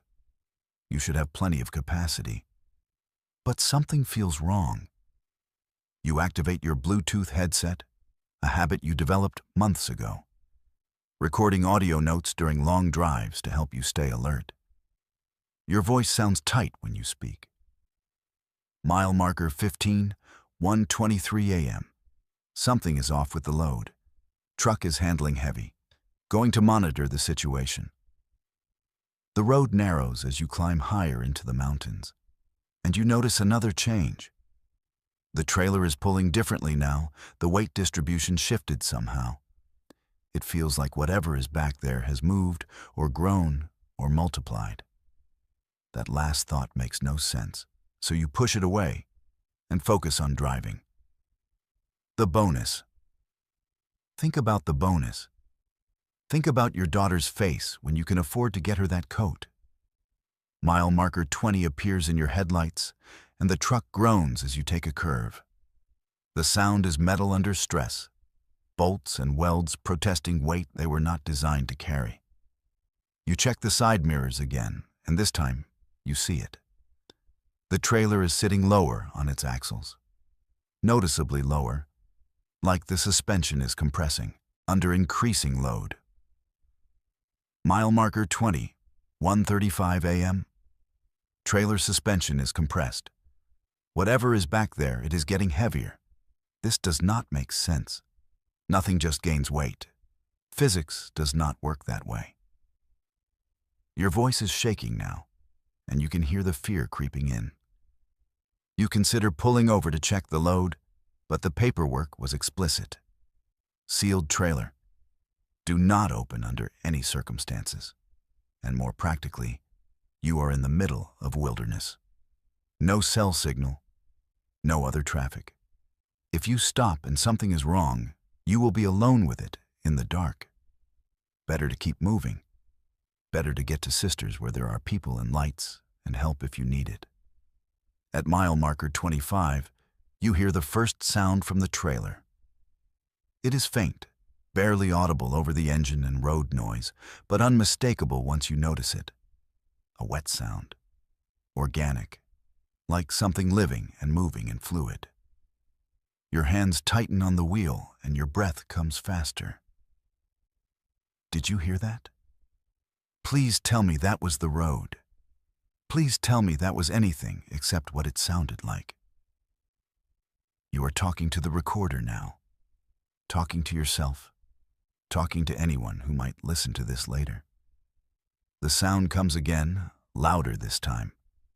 Wet and rhythmic, like breathing.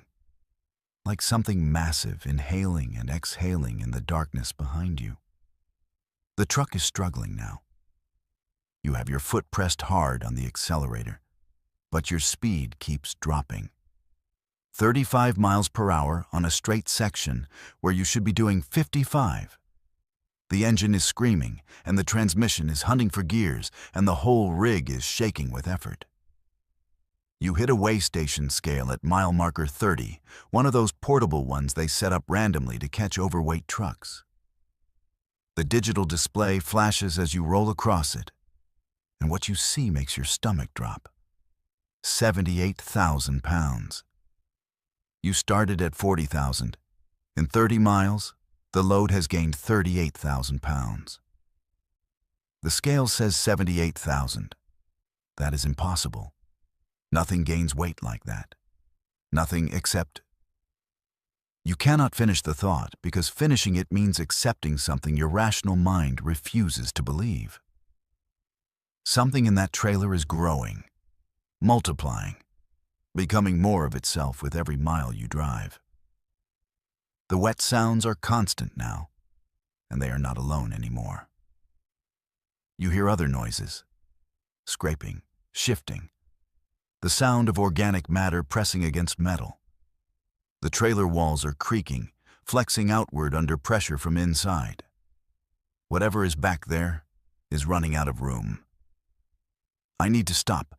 I need to open the trailer and see what I am hauling. I do not care about the bonus anymore. This is not worth it. But even as you say it, you know you cannot stop. Not here. Not in this wilderness where the trees press close and the darkness is absolute. You have to make it to Sisters. You have to get somewhere. With people and help and protection. Mile marker 35 comes and goes, and your speed has dropped to 20 miles per hour. The truck cannot handle the weight anymore. The engine is overheating. The brakes are smoking. The suspension is bottomed out, metal scraping on metal with every bump and dip in the road. And the sounds from the trailer are getting worse, louder, more aggressive. You smell it then. Something putrid and organic seeping through the seal of the trailer, making its way into your cab. It is the smell of decay and growth happening simultaneously, death and life in the same breath. You gag and roll down your window, gulping cold mountain air. But the smell follows you. The smell is in the cab now. I can taste it. Whatever is back there, it is not cargo. It is alive. It is growing. It wants out. Your voice breaks on the last word, terror overwhelming the need to stay calm. The trailer shudders violently, and you feel something slam against the interior walls. Then again, a rhythmic pounding that makes the whole rig sway. Whatever is inside knows you are out here. It knows there is a barrier between you and it, and it is testing that barrier. Mile marker 40, 10 miles to Sisters. Your truck is down to 15 miles per hour now, barely crawling up the mountain grades. The needle on your weight gauge has gone past the red line. The frame is groaning. The axles are bending. This rig was not built for this. Nothing was built for this. The pounding gets harder. You hear metal tearing. One of the trailer panels buckles outward, the aluminum skin rupturing from internal pressure. Through your mirror, you see something pale and wet pressing through the tear. Something that glistens in your taillights. It pulses and writhes and then retreats back inside. The trailer is rupturing. I can see it. I can see something inside. It is not human. It is not anything. It is just mass. Just growing, multiplying organic mass that keeps becoming more. You are crying now. Tears streaming down your face, hands locked on the wheel, because letting go means accepting defeat, and you are so close. Sisters is so close. Mile marker 45. 5 miles. Your truck is down to 10 miles per hour. The trailer is disintegrating behind you, seams splitting, panels buckling.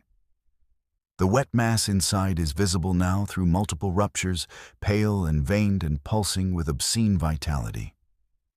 It has filled the entire trailer, and it is still growing. The frame breaks at mile marker 47. You feel it snap, feel the trailer collapse and drag, feel the rig jackknife as physics finally overcomes structure. You are sliding now, brakes locked, tires screaming, the trailer cartwheeling behind you in slow motion. The truck comes to rest on its side, and you are hanging in your harness, suspended above the passenger side, your head spinning and your vision blurred. You can hear the trailer behind you, the metal groaning and splitting. You can hear the wet mass inside expanding, freed from constraint, growing exponentially now that the container has failed. You fumble with your harness release, your fingers clumsy with panic and shock. The wet sounds are everywhere now, surrounding you. You look back through your sleeper and see it pressing against your rear window.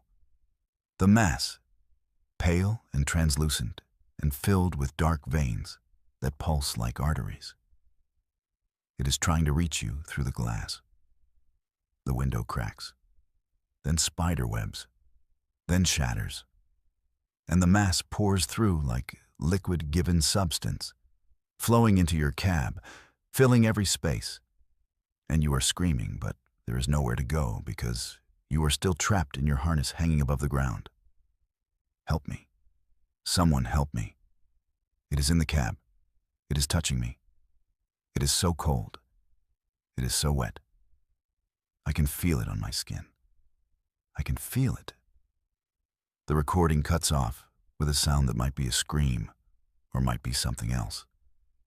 Something wet and organic and final. They find the truck 3 days later. The trailer is split open like a cocoon, its contents gone or evaporated or never there at all. The cab is empty.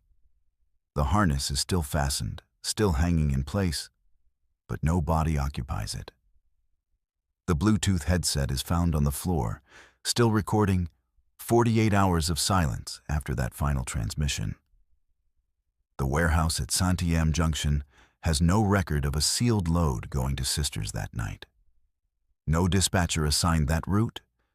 No paperwork exists beyond what was found in the truck. And when forensics examines it, the writing fades while they watch, ink dissolving into blank paper as if it had never been there. Highway 20 is quiet now. But sometimes, late at night, other drivers report their loads feeling heavier than they should. Their trailers sitting lower on the axles. Their trucks struggling against weight that grows with every mile, pulling them towards some unknown destination where physics no longer applies, and organic matter follows rules that have nothing to do with the world we know. He had been driving Highway 140 through eastern Oregon's high desert for 12 hours when the fuel gauge dropped below a quarter tank. The landscape around him was nothing but sagebrush and volcanic rock stretching to distant mountains. The kind of emptiness that made you feel like the last person on Earth. The nearest town was 60 miles back, and according to his GPS, the next one was 90 miles ahead. He needed fuel, and he needed it soon. That was when he saw the lights. Off to the right, maybe half a mile from the highway, a glow in the darkness that could only mean civilization. As he got closer, he saw the sign. Desert Star Truck Stop. Fuel, food, lodging. The lettering was vintage, the kind of neon script they stopped using in the 80s. But it was lit up and welcoming and exactly what he needed. He took the exit ramp, which was unmarked on his GPS, and followed a paved road toward the lights. The truck stop materialized out of the darkness like something from a postcard. A classic building with big windows and chrome trim. Half a dozen trucks parked in neat rows. Fuel pumps that looked old but functional. Everything was clean and well-maintained, glowing under halogen lights that pushed back the desert night. He pulled up to a pump and shut off his engine. The silence that followed felt wrong somehow. Too complete. He could not hear the other trucks idling. Could not hear generators or refrigeration units or any of the background noise that always filled truck stops. But the lights were on, and he could see people moving inside the building. So he grabbed his wallet and stepped out of his cab. The air smelled like diesel and coffee and French fries, all the normal truck stop smells. But underneath, there was something else. Something faint and chemical that he could not quite identify. He walked to the pump and tried to activate it with his card. The reader did not respond. No lights, no display, just dead plastic and metal. He looked toward the building and saw a man standing in the doorway, waving him in. The man wore a uniform shirt with a patch that said, Desert Star, and a name tag he could not read from this distance. The man smiled and gestured for him to come inside to pay. Standard procedure for old-fashioned places. Nothing unusual about that. The door chimed when he pushed it open, and the warmth inside was immediate and overwhelming. The building was heated to an uncomfortable degree, and he could see other truckers sitting at tables in a small diner area, eating food that steamed in the fluorescent lights. A woman stood behind a register, middle-aged with her hair in a style he had not seen in decades. She smiled at him with teeth that were too white and too perfect. "Welcome to Desert Star," she said, her voice bright and pleasant. "You need fuel?"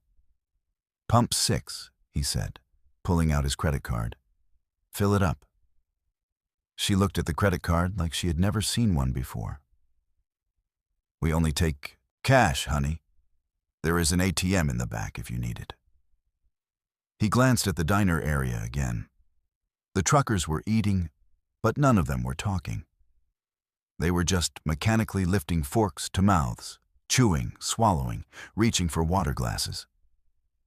Their movements were synchronized in a way that human behavior should never be. All of them raised their forks at the same time. All of them chewed the same number of times. All of them swallowed in unison. "I think I will just head to the next town," he said, backing toward the door. "You should stay," the woman said. And her smile did not change, but her voice dropped an octave.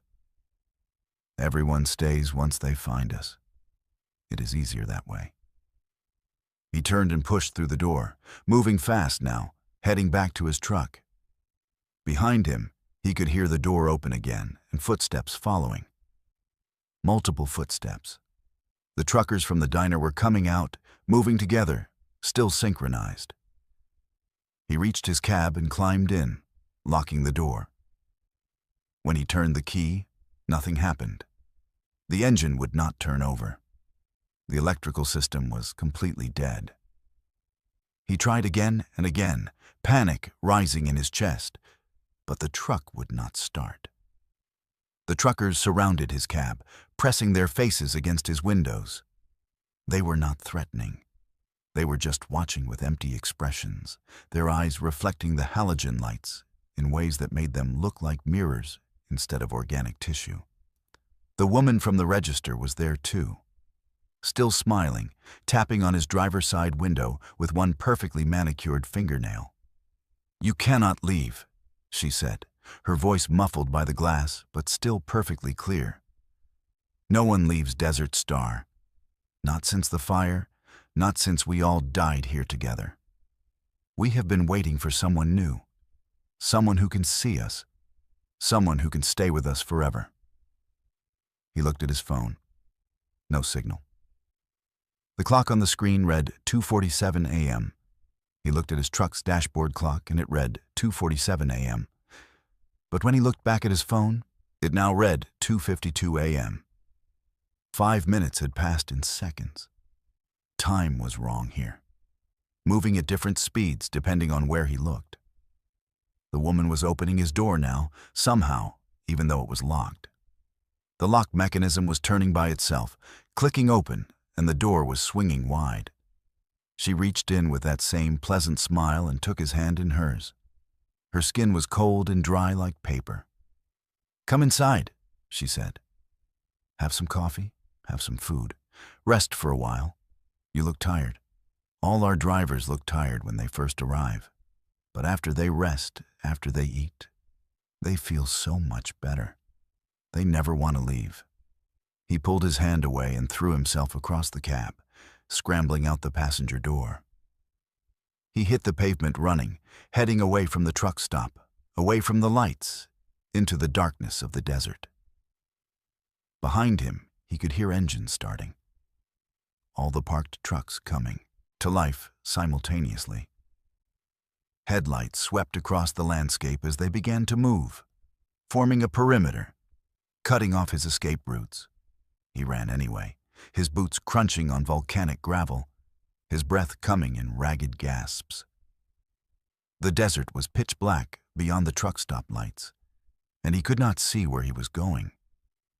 But anywhere was better than back there with those synchronized people and that smiling woman and the time that flowed wrong. Something caught his foot, and he went down hard, hands scraping on rough ground. He rolled onto his back and saw the trucks had formed a complete circle around him, their headlights all pointed inward, creating a pool of harsh white light with him at the center. The engines idled in perfect harmony, creating a sound like breathing. The truckers were getting out of their cabs now, walking toward him with that same synchronized movement. The woman from the register was there too somehow, even though she should have been back at the building. She knelt beside him and helped him sit up with gentle hands that felt like ice. 43 years ago, she said, still smiling. There was a fire. Someone set it deliberately while we were all sleeping. 16 people died. Truckers, staff, a family passing through. We burned alive in this building, but we did not leave. We could not leave. This place kept us, trapped us, made us part of itself. She touched his face with her cold fingers, and where she touched, his skin went numb. Time works differently for us now. Inside the truck stop as hours pass in minutes. We experience decades in what feels like days. But we need anchors. We need people who can see us, who can interact with us, who can make us feel real again. You are the first one in 7 years who could see us. The first one whose truck pulled off the highway when we called. The first one who could pass through our door. He tried to speak but found his throat was too dry. She lifted a cup to his lips and he tasted coffee, bitter and cold, tasting of ash and chemicals. You will stay with us, she said. And it was not a question. You will park your truck with the others. You will sit in our diner and eat our food. You will live through years while the outside world experiences minutes. And when the next driver finally sees our lights and pulls in, you will be here to welcome them. You will smile and wave them inside. You will help them understand that they cannot leave, that no one ever leaves Desert Star.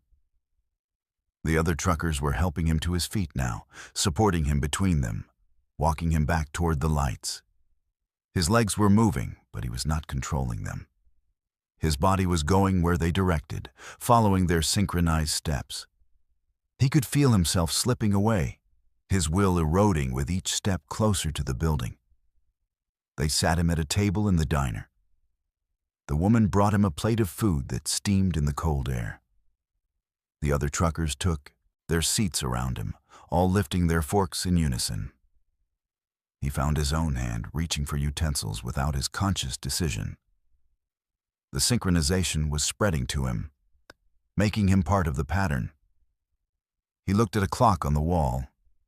It read 3:15 a.m., but his watch said 2:53 a.m. Only 6 minutes had passed outside while he had been running and caught and brought back.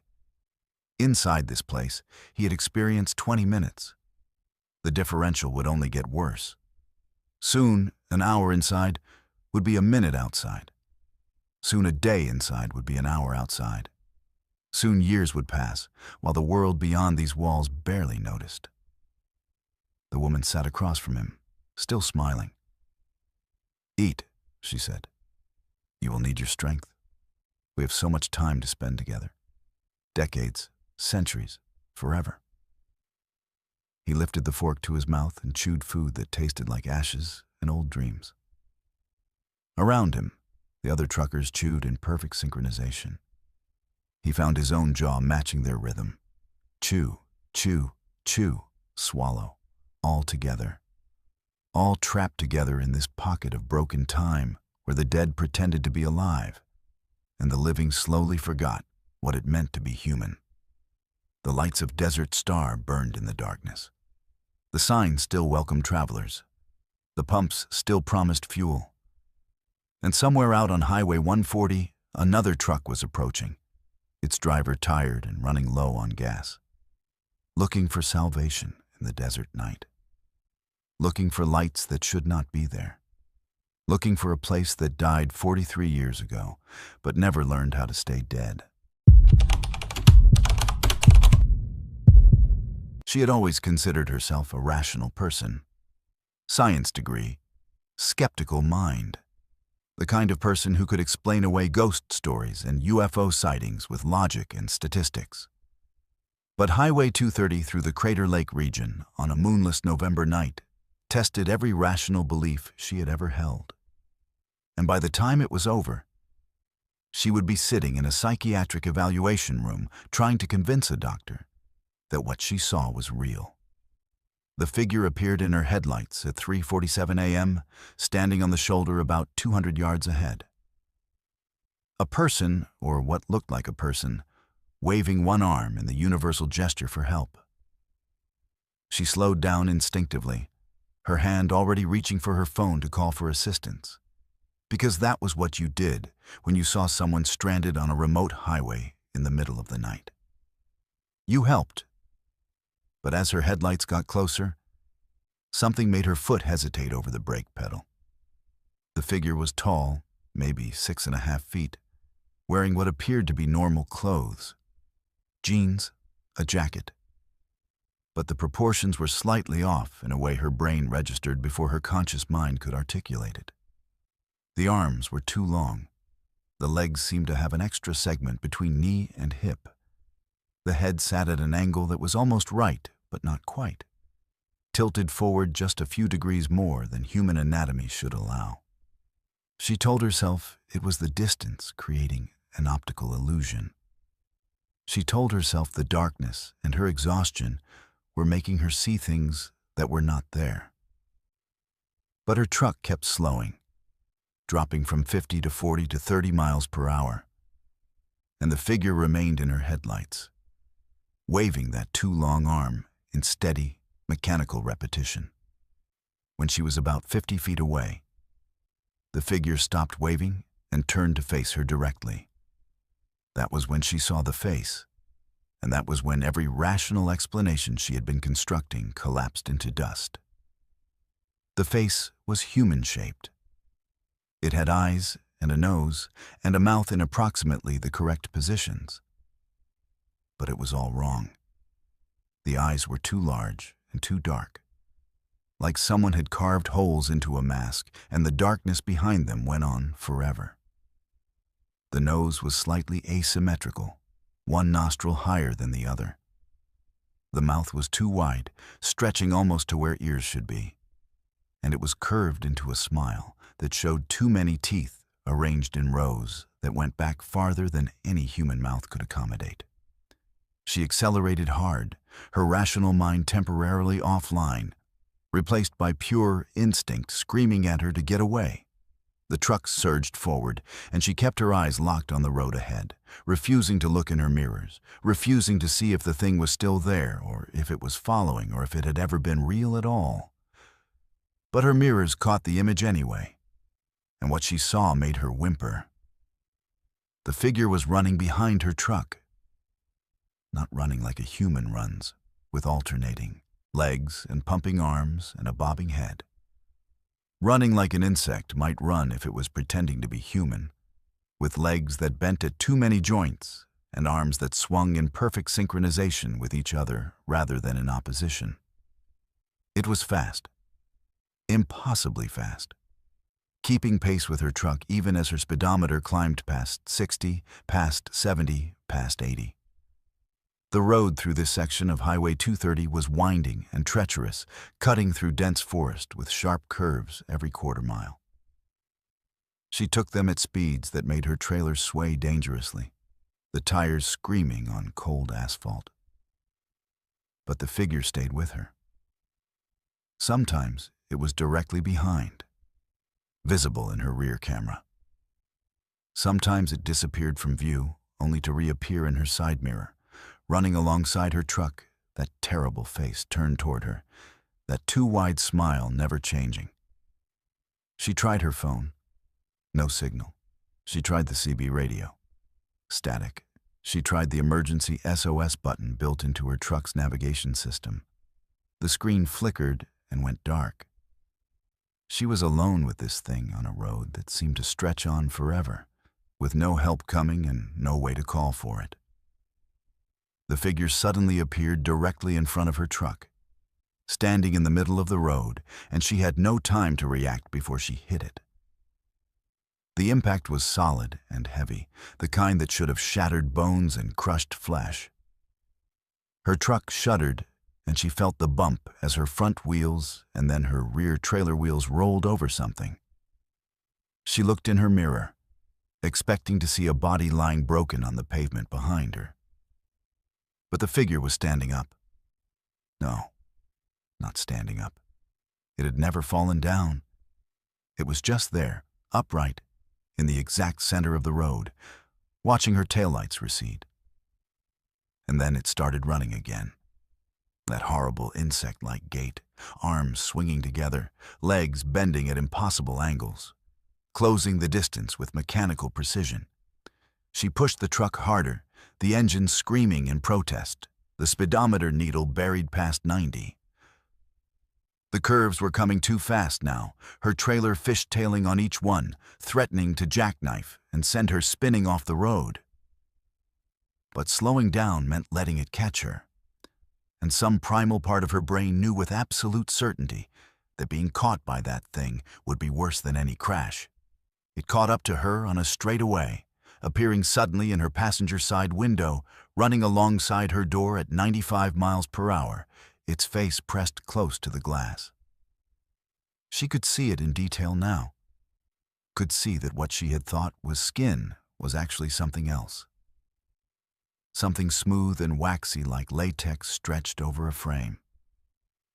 She could see that the eyes were not eyes at all, but empty sockets filled with darkness that somehow still managed to convey the sense of looking, of seeing, of targeting. The thing raised one hand and pressed it against her window. The fingers were too long, with too many joints, each segment bending in ways that fingers should not bend. It tapped on the glass with a sound like bones clicking together, and the smile widened even further, splitting its face nearly in half. She swerved hard to the right, trying to force it off the road, but it simply moved with her, maintaining its position beside her door. She swerved left and it followed. It was not running on the road anymore, she realized. It was running on air, its feet making contact with nothing, suspended somehow by forces she could not begin to understand. Then it spoke. She could not hear the words through the glass and the roar of the engine, but she could see its mouth moving, see the teeth clicking together as it formed sounds that approximated human speech. She could read its lips, or what passed for lips on that terrible face, and the words it was saying made her stomach clench with visceral dread. "Let me in, let me in, let me in." Over and over, mechanical and precise, while its hand continued to tap against her window and its empty eyes continued to stare, and its body continued to run alongside her at speeds that defied every law of physics and biology she had ever learned. The window began to crack, not from the tapping, which had been gentle, almost polite. It cracked from the inside out, as if the mere presence of the thing was enough to corrupt matter itself, to make glass forget how to be solid, to make reality bend and break around whatever fundamental wrongness this creature embodied. She screamed and covered her face with one arm, still holding the wheel with the other, waiting for the glass to shatter and those two long fingers to reach through and grab her. But the glass held, crazed with cracks, but not breaking. And when she looked again, the figure was gone. She did not slow down for another 20 miles, did not believe in safety until she saw the lights of a small town ahead, and pulled into a gas station where real people stood under real lights doing real human things. She sat in her cab shaking for 30 minutes before she could even open the door. When she finally got out to inspect her truck, she found the damage. Her front bumper was crumpled. Her grille was shattered. There was blood on her headlights and something that looked like hair caught in the broken plastic. Physical evidence that she had hit something, that it had been real. But there was something else. On her passenger window, in the exact spot where the thing had pressed its hand, there were marks. Fingerprints, if you could call them that. But they were wrong. Too many whorls, too many ridges, patterns that did not match any human hand or any known animal. Patterns that seemed to shift and change when you looked at them too long, creating optical illusions that made your eyes water and your head ache. She tried to tell the police. She tried to explain what had happened. They were kind, but skeptical, attributing her story to fatigue and stress and the psychological effects of hitting what was probably a deer or large dog. They took photos of the damage. They collected samples of the blood and hair. They documented the strange marks on her window.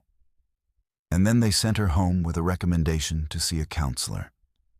The psychiatric evaluation came 3 weeks later, after she stopped sleeping, after she started seeing things that looked like people but moved wrong, after she was found in a parking lot at 4 a.m., checking every parked car for something with 2 long arms and empty eyes.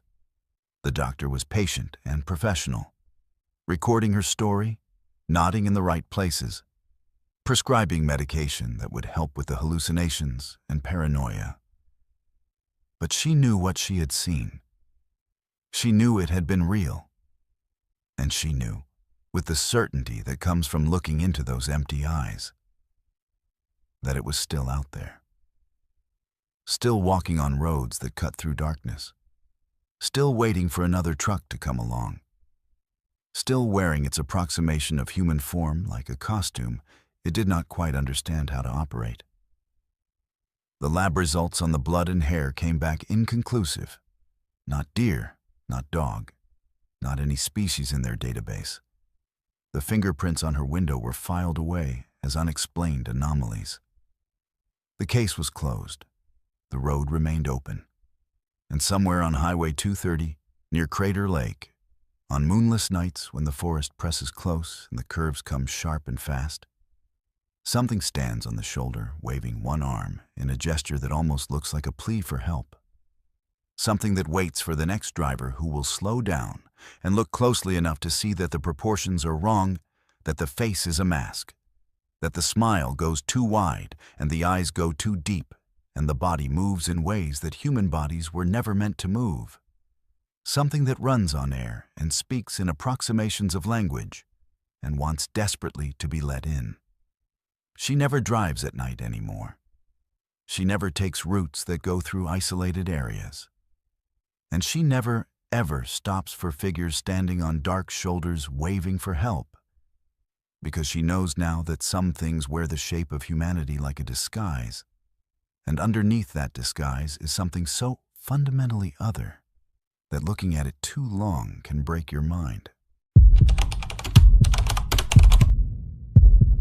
He had 3 weeks before the cancer treatment started, 3 weeks before the surgeries and chemotherapy and radiation that might save his life or might just prolong his dying. His doctor had told him to get his affairs in order, to spend time with family, to prepare for what was coming. Instead, he took one last long-haul run through the mountains, one final drive through the wilderness before his body became a battleground for forces beyond his control. If he was going to lose autonomy over his own flesh, he wanted one last taste of freedom on the open road. The GPS showed a shortcut, an unnamed Forest Service road that connected to Highway 230 southeast of Crater Lake, cutting 40 miles off his route. It was marked as unpaved but passable, and he had driven worse roads in his 30 years behind the wheel. The main highway would get him there eventually, but this route would get him there with time to spare, time to sit and think and come to terms with mortality in the way that only solitude and wilderness could provide. The turnoff appeared exactly where the GPS indicated, a narrow road disappearing into dense pine forest. No signs, no markers, just packed dirt and gravel that looked solid enough for his rig. He made the turn and committed, knowing that backing a full trailer out would be nearly impossible if the road deteriorated. But the surface held firm beneath his wheels, and he settled into the gentle rhythm of slow, careful driving through the trees. The forest around him was old growth, the kind of primeval woodland that predated human settlement by centuries. Massive Douglas firs rose on both sides like cathedral pillars, their branches interlocking overhead to create a canopy so dense that his headlights were necessary even in late afternoon. The air smelled of pine sap and moss and decomposition, the eternal cycle of growth and decay that the forest had been performing since long before he was born and would continue long after he was gone. He had been driving for 20 minutes when he noticed the light was wrong, not fading the way afternoon light should fade into evening, but simply diminishing, as if something was absorbing it.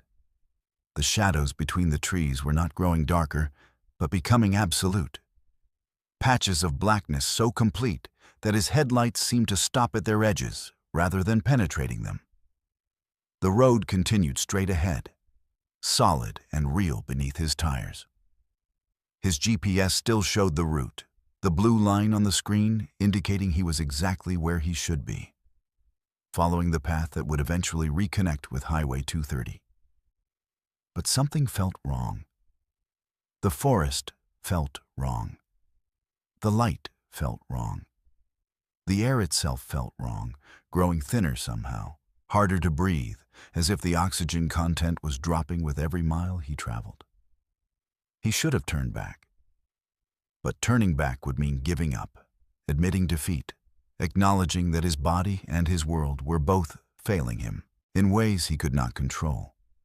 So he kept driving, kept pushing forward into the dimming light, telling himself that the discomfort was just his imagination, just the stress of his diagnosis manifesting as irrational fear. The trees began to look strange, not diseased or dying, but incomplete somehow, as if they were sketches rather than solid objects, outlines that suggested treeness without fully committing to being trees. Their trunks lacked texture when he looked closely. Their branches had no individual needles, just shapes that implied the presence of foliage. They were less real with every passing moment, fading from three-dimensional objects into two-dimensional facades. His dashboard instruments started behaving erratically. The speedometer needle drifted between speeds without corresponding to his actual velocity. The fuel gauge climbed and fell randomly. The temperature readings made no sense, showing external temperatures that varied by 50 degrees from 1 second to the next. Only the GPS remained stable, still showing his truck moving along that thin gray line through the forest. The road ahead was becoming less defined. The edges were blurring, the gravel and dirt transitioning into something that was almost road-like, but not quite solid. His tires still found purchase, still moved him forward, but he could feel the surface becoming insubstantial beneath him, as if he was driving on the memory of a road rather than the road itself. He looked in his mirrors and saw that the road behind him was gone, not overgrown or washed away, but simply absent. Where his trailer had just passed, there was nothing. No road, no forest. Just emptiness that his mind could not process, could not categorize, could not name. It was not darkness or void or space. It was the absence of everything. The concept of nothing made manifest. Panic tried to take hold, but he pushed it down with the same discipline he had used to face every crisis in his life.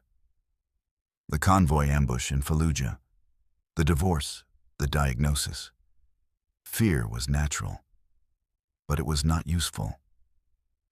What was useful was keeping his hands steady on the wheel and his eyes on what remained of the road ahead, and his mind focused on the problem of how to survive the next 5 minutes. But the road was ending. He could see it now, perhaps a quarter mile ahead. Not a dead end or washout or any kind of normal termination. The road simply stopped existing. It continued forward until it did not, transitioning from barely real to completely absent. And beyond that transition, there was nothing at all. He pressed the brake, but his truck did not slow. The pedal had no resistance, connecting to nothing, controlling nothing. He tried downshifting, but the transmission would not respond. He tried the emergency brake, but it was already incorporeal, a lever that moved through empty space without engaging any mechanism. The truck rolled forward at steady speed toward the place where reality ended. His GPS flickered and died. His dashboard lights went dark. His headlights faded to nothing. But he could still see somehow, could still perceive the thinning road and the fading forest and the nothingness that waited ahead. Some sense beyond vision was showing him what his eyes could no longer register. He thought about his daughter, who he had not called as much as he should have. He thought about his ex-wife, who had deserved better than his long absences. He thought about the cancer growing in his body, the cells that had forgotten how to be normal cells and had become something else, something wrong, something that was consuming him from the inside. He thought about how strange it was that he would die here instead of on some hospital bed, surrounded by machines and morphine. The front wheels of his truck crossed the threshold where the road stopped existing. He felt the moment of transition, felt the absence of ground beneath him, felt the truck beginning to fall through nothing into nothing. But falling required gravity and space and time, and this place had none of those things. So the truck did not fall. It simply stopped being. The cabin dissolved around him, metal and plastic becoming transparent and then becoming nothing. His seat became air. His steering wheel became memory. His body began to follow, starting with his extremities, his hands and feet fading first, losing solidity, losing definition, losing existence. But his mind remained. His consciousness persisted even as his physical form was erased. He could think without a brain. He could see without eyes. He could perceive the vast emptiness that surrounded him, the absolute nothing that existed beyond the edge of reality where roads ran out and creation stopped, and the universe simply gave up on the effort of being. In that moment of dissolution, he understood something fundamental about existence. Reality was not solid. It was not permanent. It was a thin film stretched over infinite nothing. And sometimes that film wore thin, developed holes, created spaces where the nothing could leak through. This road had found one of those holes. Or perhaps the road itself was the hole, a wound in existence that had never properly healed. He existed in that state for what might have been seconds or centuries. Time had no meaning here. Neither did distance or matter or any of the constants that defined normal existence. There was only consciousness floating in absolute emptiness, aware of itself, aware of the nothing, aware that this was what lay beneath everything, what waited for everything, what everything would eventually become. And then, without warning or explanation, he was back. Sitting in his truck. On Highway 230, the actual highway, paved and marked and utterly normal. His GPS showed him exactly where he should be if he had never taken that Forest Service road at all. His dashboard clock indicated that no time had passed. His odometer showed he had traveled no distance. The shortcut had not happened, or it had happened outside of time and space and normal causality. He pulled over and sat there shaking, his hands gripping the wheel so hard his knuckles were white. He checked his phone. Normal service, normal time. He checked his paperwork. Everything was in order. He checked himself in his mirror. Same face, same eyes, same body that would betray him in 3 weeks when the treatment started. But something was different. Some fundamental understanding had changed. He had seen the nothing that waited beneath everything, and that vision had altered his relationship with fear. The cancer could kill him. The treatment could fail. He could die slowly and painfully over months or years. But all of that was happening in the thin film of existence, the temporary pattern of matter and energy that pretended to be permanent but was not. Beneath it all was the nothing he had touched. And the nothing was not terrifying. It was simply inevitable. It was where everything came from and where everything returned. It was not death, because death implied an ending, and the nothing had no concept of endings or beginnings. It just was. He started his truck and pulled back onto the highway and drove the rest of his route in contemplative silence. 3 weeks later, he began his cancer treatment. The surgeries and chemotherapy and radiation were exactly as difficult as his doctors had warned. But he faced them without fear, because he had already traveled to the place where roads end and reality fails and existence becomes optional. Compared to that, mere physical suffering seemed almost trivial. He never told anyone about the road that led nowhere. There were no words adequate to describe it, no framework in normal human experience that could accommodate the truth of what he had seen. But sometimes, late at night, he would look at maps of Oregon and trace the routes through the wilderness southeast of Crater Lake, searching for that unnamed Forest Service road. It never appeared on any map. The GPS never showed it again. But he knew it was out there, waiting, leading travelers to the edge of everything and showing them what lies beyond. These are the stories that came from Oregon's darkest highways. 11 accounts from drivers who saw what most people never see, who traveled roads that exist in the spaces between reality and whatever lies beneath it. 7 of these truckers were never found. Their rigs were discovered abandoned, engines still running, but the drivers had vanished into whatever waited for them out there in the darkness. If you have experienced something unexplainable on the back roads at night, you are not alone. These stories remind us that the world is stranger and more terrifying than we allow ourselves to believe in daylight. Subscribe to Verified Fears for more true accounts from the edges of reality. Hit that subscribe button and turn on notifications, because we bring you the stories that others are too afraid to tell. And remember, some roads are better left untraveled. Some shortcuts lead places you can never return from. And some things that happen in the darkness should stay in the darkness. But if you have a story to share, if something found you on a lonely highway and changed you forever, we want to hear it. Contact us at verifiedfearsugmail.com. Because these stories need to be told. These experiences need to be shared. And someone out there needs to know they are not crazy for seeing what they saw. Stay safe out there. And whatever you do, think twice before taking that shortcut through the mountains at night.